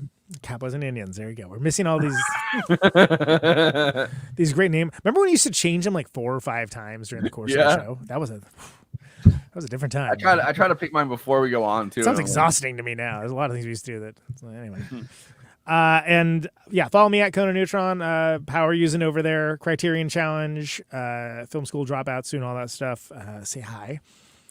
J. Andrew World, aka the Third Wheel, at right about now too, is watching all the weirdest stuff on Letterboxd. You don't have to. Maybe you can. It is really not for me to say or judge, but he is doing it either way. Yes, the Doctor Who challenge this year, apparently. You are winning the Doctor Who challenge. There's nobody, my man. I would put. There's nobody else competing. I would bet the farm on you in the Doctor Who challenge. I'm telling you, you've probably seen more than people that run the show. And he's doing all that and lots more on Letterboxd right about now too. Kristina down there, Future Past, is at Kristina. She deigns the login now and again and bequeath her movie wisdom on that platform. I think the last thing was Mean Girls. The Mean Girls. You were mad that people were surprised it was a musical, right? Yeah, it literally had like a triple clef in the poster. Like, come on. There you go. There's the clue, people. So if you want to see that, stop trying to make Treble happen. Treble is not going to happen. She's on Letterboxd as well, but yeah, definitely follow our Letterboxd HQ account for sure. We're power using, making, moving over there. I think we got a word for our sponsor, right? Yep. Tonight's podcast is brought to you by Jebiga, a Balkan Rakia spirit plum brandy that brings Serbia to the American shores in an authentic and appreciative way. Care of Billy Gould, basis for Faith No More, and Rakia Appreciator. Rakia is a traditional spirit enjoyed at weddings, funerals, and life events. However, more and more it's being enjoyed everywhere on a night out with friends or as a casual drink. Get a bottle today in liquor stores and bars across America. Go to yabiga.com to see where it's available near you. That's right. Maybe someday we'll have some on the show. Yeah, Dare to dream. You know? Keep forgetting about that. Yeah, we can. It's funny. That bass that he's got in the picture, I literally stopped that bass from falling on the ground and breaking at the park site in San Francisco. And at the same time, unrelated, Joel Biarfa was lighting up the bathroom with a number 2. Those are not related events, but they were happening at the same time. He's like, too much Rakia. But I did stop his bass from basically getting jacked up. So there you go. Change the world. Third wheel. Takes away with plugs. Why don't you? All right. You're watching us right now on YouTube. Please do those YouTube things like comment, subscribe, hit that bell. And the big ask is, we're slaves to the algorithm. Watch the video to the end. That allows us to be discovered by other movie lovers. And that allows you to hear a great Conan Neutron song. So we got a great trade here going on. We're also on Twitch. So do the Twitch things. Throw us a sub. If you happen to have an Amazon Prime account, you can subscribe to our channel for free. Does not cost you a penny, but actually helps us out greatly. And we thank you very much if you can do any or all of that stuff. Remember the 7 to 9 person panel days. I have been trying to forget them, but yes, I do. I thank God I was not there.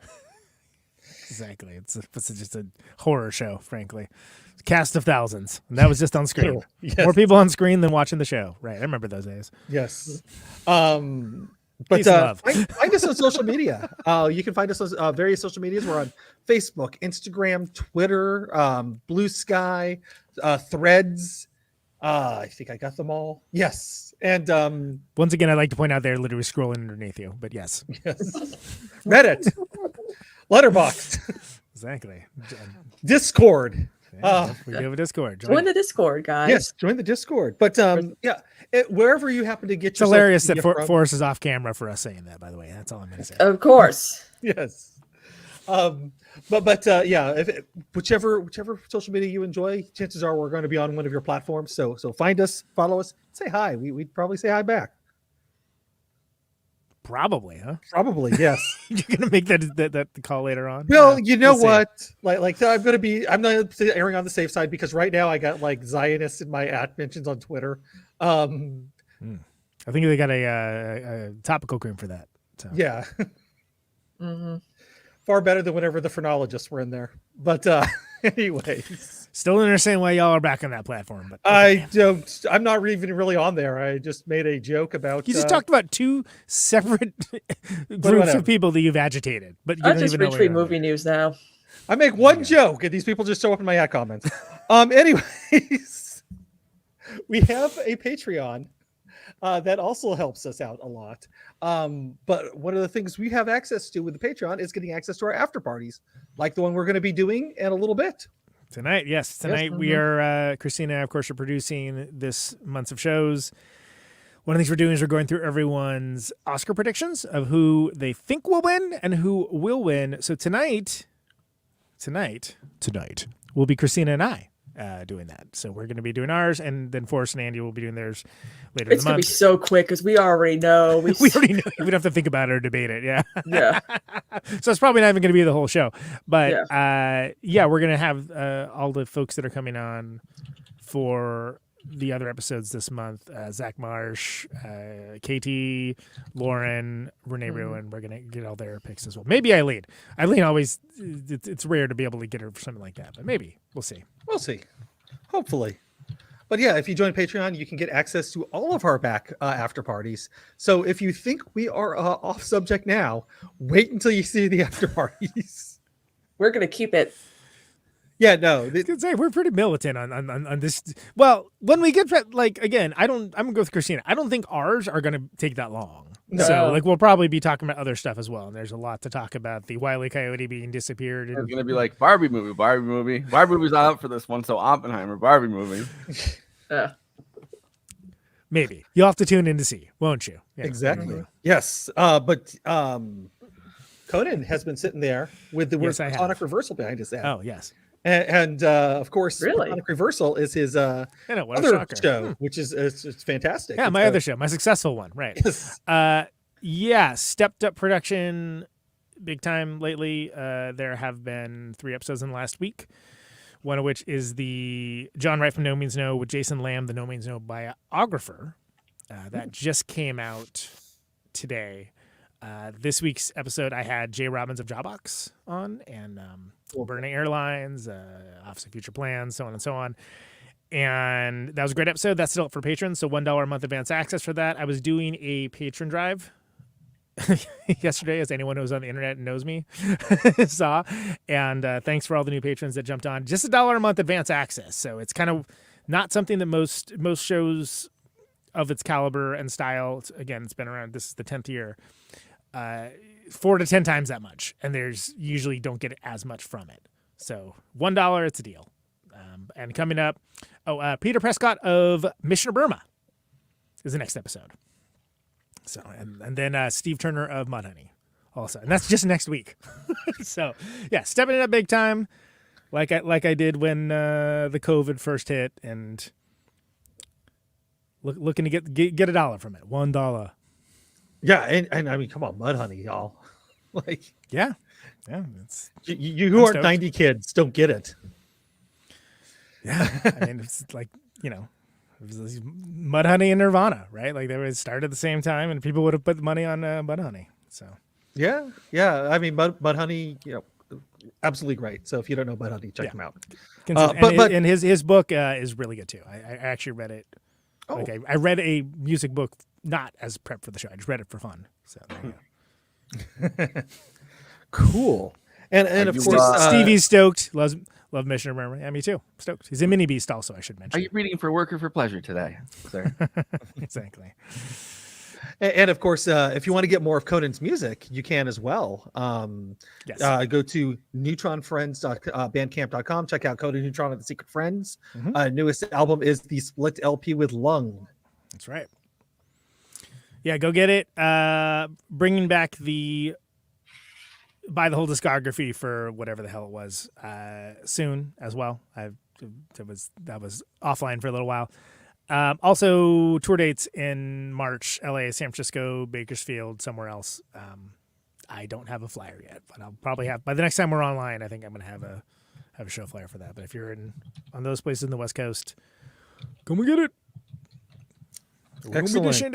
I think the SF show is like so close to selling out. The LA show is still doing okay. It's a much bigger venue, but it's crazy. Like almost everyone I know from podcasting in the West Coast is going to be at the LA show. That's why I keep being like, is it just someone going to live stream this?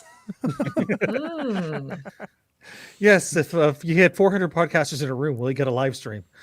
No, for some reason. I think, apparently not. I don't know. But you might get a debate panel.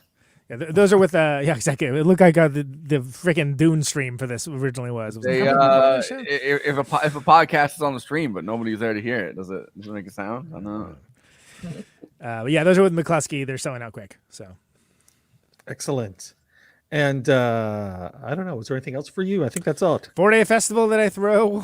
Oh yes, in Minneapolis, called Caterwall. Just that. Yes, Caterwall, and of course you just mentioned Jay Robbins, who's going to be playing there. Yep. Yeah, the fantastic Jaw Box. Single day tickets just went on sale today. So if you, for some reason, cannot make the entire 4-day affair, you have the ability. There we go. You have the ability to see some of this badassery on the days that you can. Let's see. Yeah, there you go. Wait, we could do it. I gotta do it this way, I guess. I can't. I wanted to do the like Kilroy's here, but. I like how gay, witch, abortion, and the austerity program are back to back. I know. Hope those things aren't. Hope those things aren't related. We have whores and cunts and intercourse all on the same day. So I know. Whores performed last year. They perform every year. Yeah. Whores. So yeah, if you're interested in that style of music, go get your tickets. They're starting to go fast. 4-day pass is still available as well. Word. Yeah. I mean, I know personally, I'm excited to see Lung and the Scrunchies. So know, there's my looking forward to this year list that I haven't seen before. The other 42 bands can fuck off. I'm looking forward to checking them out too. But like, oh yeah, they're all right. Yeah, no, I checked out the Scrunchies. Those are both they great showed up last year. They're very nice people, and I'm just like, oh, let me check out their music. Oh, this is great. They're a much better band than you would think of when you see that name. That's what I will say. Yes, I am with you on the name that. Doesn't any favors. They're a good band though. No, because they sound a little bit like what was that? Kim Deal's side project there from the Amps, but more punk. What? The Amps. The Amps. AMPS. The Amps. Yes. Sorry, I thought you said ants, and I'm sitting there going, no, that's not right. But wait, I did not am I hearing him right? No. Okay. There we go. Yeah. But yes, like Oxbow is playing V-Paul. Yes, Oxbow. Who are great. And I have some intel that there's not going to be tons and tons of Oxbow shows in the future. Take of that what you will. So if you have not seen them and you're anywhere near Minneapolis, go see it. Oh, I'm looking forward to checking that out too. And Kristina is over there on Twitch. He's going to talk in depth to everybody in each of the bands, And who's playing on your show? Wait, no, you were last night on Dan from the Internet? Yeah, PowerPort. It was good. It was just him and I talking about TYT drama and Biden's gaffes and decline in that speech of his he did last night. That feels like it was days ago somehow, but I know, right? It was a lot of fun. It was a lot of fun. Tomorrow on stream, we're going to be going over the history of CONTELPRO. We're probably gonna do some Super Bowl halftime performance history as well, because that's the only thing I look forward to in the Super Bowl. Janet Jackson's nipple. Yeah, that's actually part of the trivia. What year was that? Sorry. Yeah, You can find me on Twitter at Jackson at Janet Jackson's nipple. Yeah, it's up there with Winona Ryder's monocle.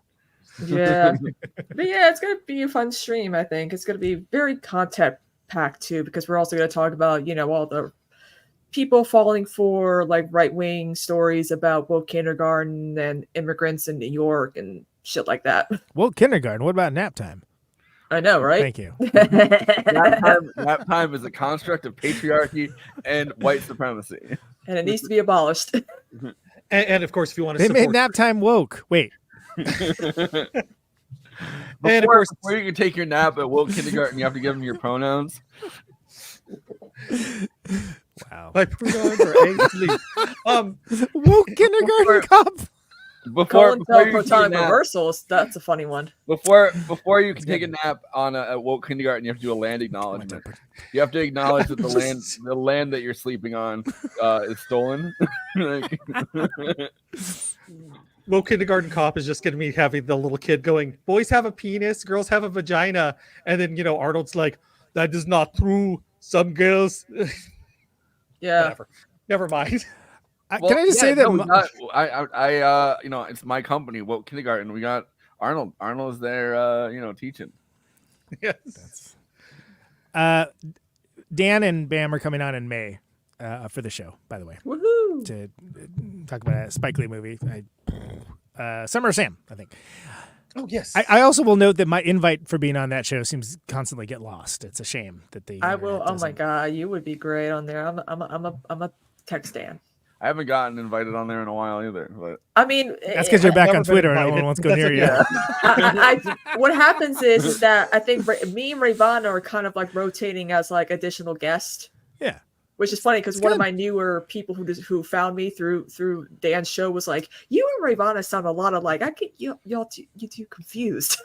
Yeah, the first time Kristina was ever on the show was with Ravana. So just imagine how Forrest and I felt. Every one of these broads sounds the same in this stream, and I can't. Women are talking, and they sound the same. Look at this, women talking over here. Women streaming. Exactly. That would be if Sarah Polly was going to have a podcast, I would certainly hope that she would consider women streaming. Oh my god, that would be a good I would tune in. Yeah, exactly. It just gets barraged by hate instantaneously. I thought I was going to say gets barraged by people that like people sending. I'm gonna start a podcast real quick. Hold on. Streaming. All right. Piss play. Thank you. I was gonna say people send in dick pics like they're like women streaming. Yeah, that's good too. Or what do you call the cups? The period cups? What do you call them? Diva cups. Yeah. Anyway, whatever. You can barrage the pictures of those too. Anyway, fine. Moving on. Look. Yeah. They can't all be winners. They can't all be wieners either, and we thank ourselves for that. Hey, that kind of that's not what we teach at woke kindergarten. Exactly. Exactly.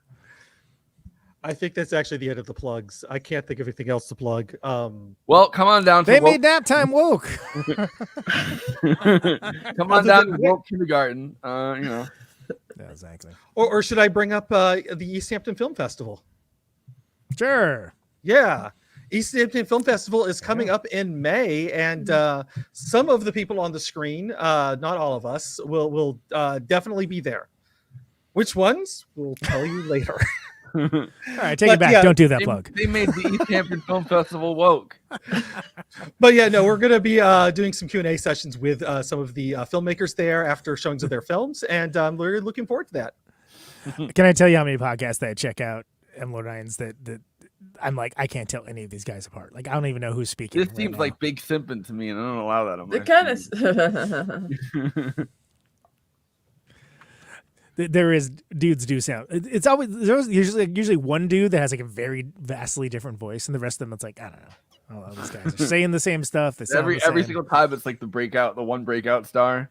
Yeah. Like, And it's "Hello, always guys." that one voice modulator too that like every FM station has for like the morning zoo crew that makes the voice sound a little deeper. So they I like that. I like Make that. those movies bounce. Chabo Trap House always finds producers that also sound like them. Like you can hear it in the background. Oh yeah, Chris Wade's coming out on the late show too. Well, him not as much, but like the one guy that started Blowback that used to be their producer, I think Brendan James or whatever. Like he sounds exactly like Felix. Like they all have like dudes that sound like them. Yeah. There you go. Coming up next week, Chapo Trap House. I mean, I wish. That's what I'm trying to manifest it into the world. Mm-hmm. Will Menaker went on Hit Factory like a couple weeks ago. Yeah. They've been on this show. Why can't we get Will Menaker? I think they're coming out to the SF show. We showed them. We did their face reveal. They had never put like Aaron and Carly never put their face out. Yeah, because they're audio only. Yeah. But, I told him I could introduce him to Mark Borchardt, and he was like, I don't know if I can handle that. I was like, okay, well, that's a fair enough answer. Because they did American Movie. They covered that in one of their episodes. Oh yeah. I was like, he's done like 3 videos for me. He's like the best guy ever. Yeah, he's like so wholesome and friendly, and he's an incredible fountain of cinematic knowledge. He's the first person that David Letterman ever just handed a camera and was like, just take this. Forrest docks them. Assassination They didn't know that they were coming on the but yeah, so that's the plugs. Christina, do you have some final thoughts? Jesus. Longer than the movie.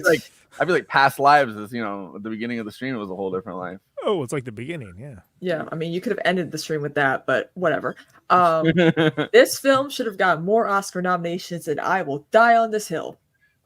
That's my review. That's my final thoughts. There you go. All right, succinct. As opposed to the rest of the show. Andy, final thoughts. Yeah, this movie is definitely the beauty of a moment, and knowing that the moment is just what it is, and knowing that there's going to be a dude that ruins the moment by mentioning that this could be, oh, what if this, what if that.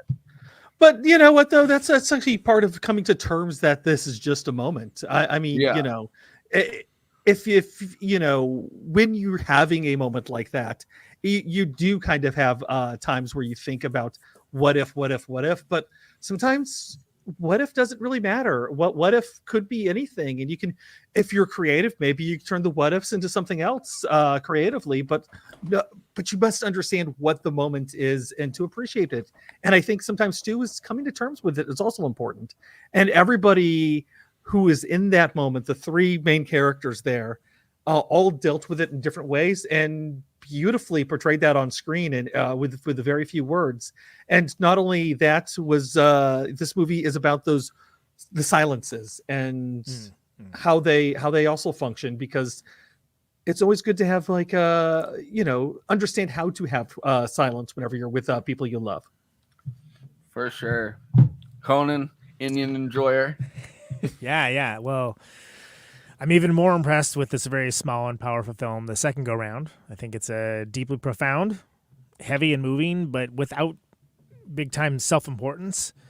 And the only real parallel as a love story I can think of is the Before series by Linklater, which doesn't work out the same at all for that. But vibe-wise, there's a grounded practicality to it that Wong Kar-wai could never. But the vibes themselves are eclectic, and I appreciate that. It's hyper sophisticated and it's mature, and it's doesn't forget to electrify when it counts, but it's not even something that you can look away from to get that. I do contend it's not a rom-com; it's more like a rom-trage. But I like that you see powerful moments in here that are rarely depicted in modern movies with technology as encumbrance and opportunity, and it's depicted in a way that touches the heart and moves the story. So this is low-key greatness to me, and it boggles my mind. It's a debut film, and I'm really glad it's in the Best Picture conversation because it's one of my favorites of the year. And that ending scene alone is just astounding. My second watch through, I realized that it's the Carousel Prospect Park where I grew up, and I would go every weekend, like when my parents were trying to like get us to like do something because you're in the city, like like there's a lot of stuff to do, but like maybe not for kids, being outside and stuff. So we would go to Prospect Park because we lived at Carroll Gardens, and that was the merry-go-round that I went on all the time. Nice. I was like, I know that merry-go-round. It's like it was being transported back, like her being transported back to South Korea, and her like running around with that kid. I had that moment rewatching it. Oh, there you go. So it's a past life of sorts. Yeah, past lives lived in city. And then after party, Kristina and I are going to go through our Oscar picks. So yeah, Stay tuned, y'all. Stay tuned It's for going to that. be exciting. or it's gonna be, who knows? Maybe exciting, maybe not exciting. We don't know. We don't know what they're gonna pick. It could be infuriating because We could be like they might get canceled. Godzilla -1 all the way down. we could actually have a heated debate. You We never could. know. Yeah. Yes. Yeah. So catch us in our next life. Wow, what a teaser. Anyway. Catch us in our next life, not our past life.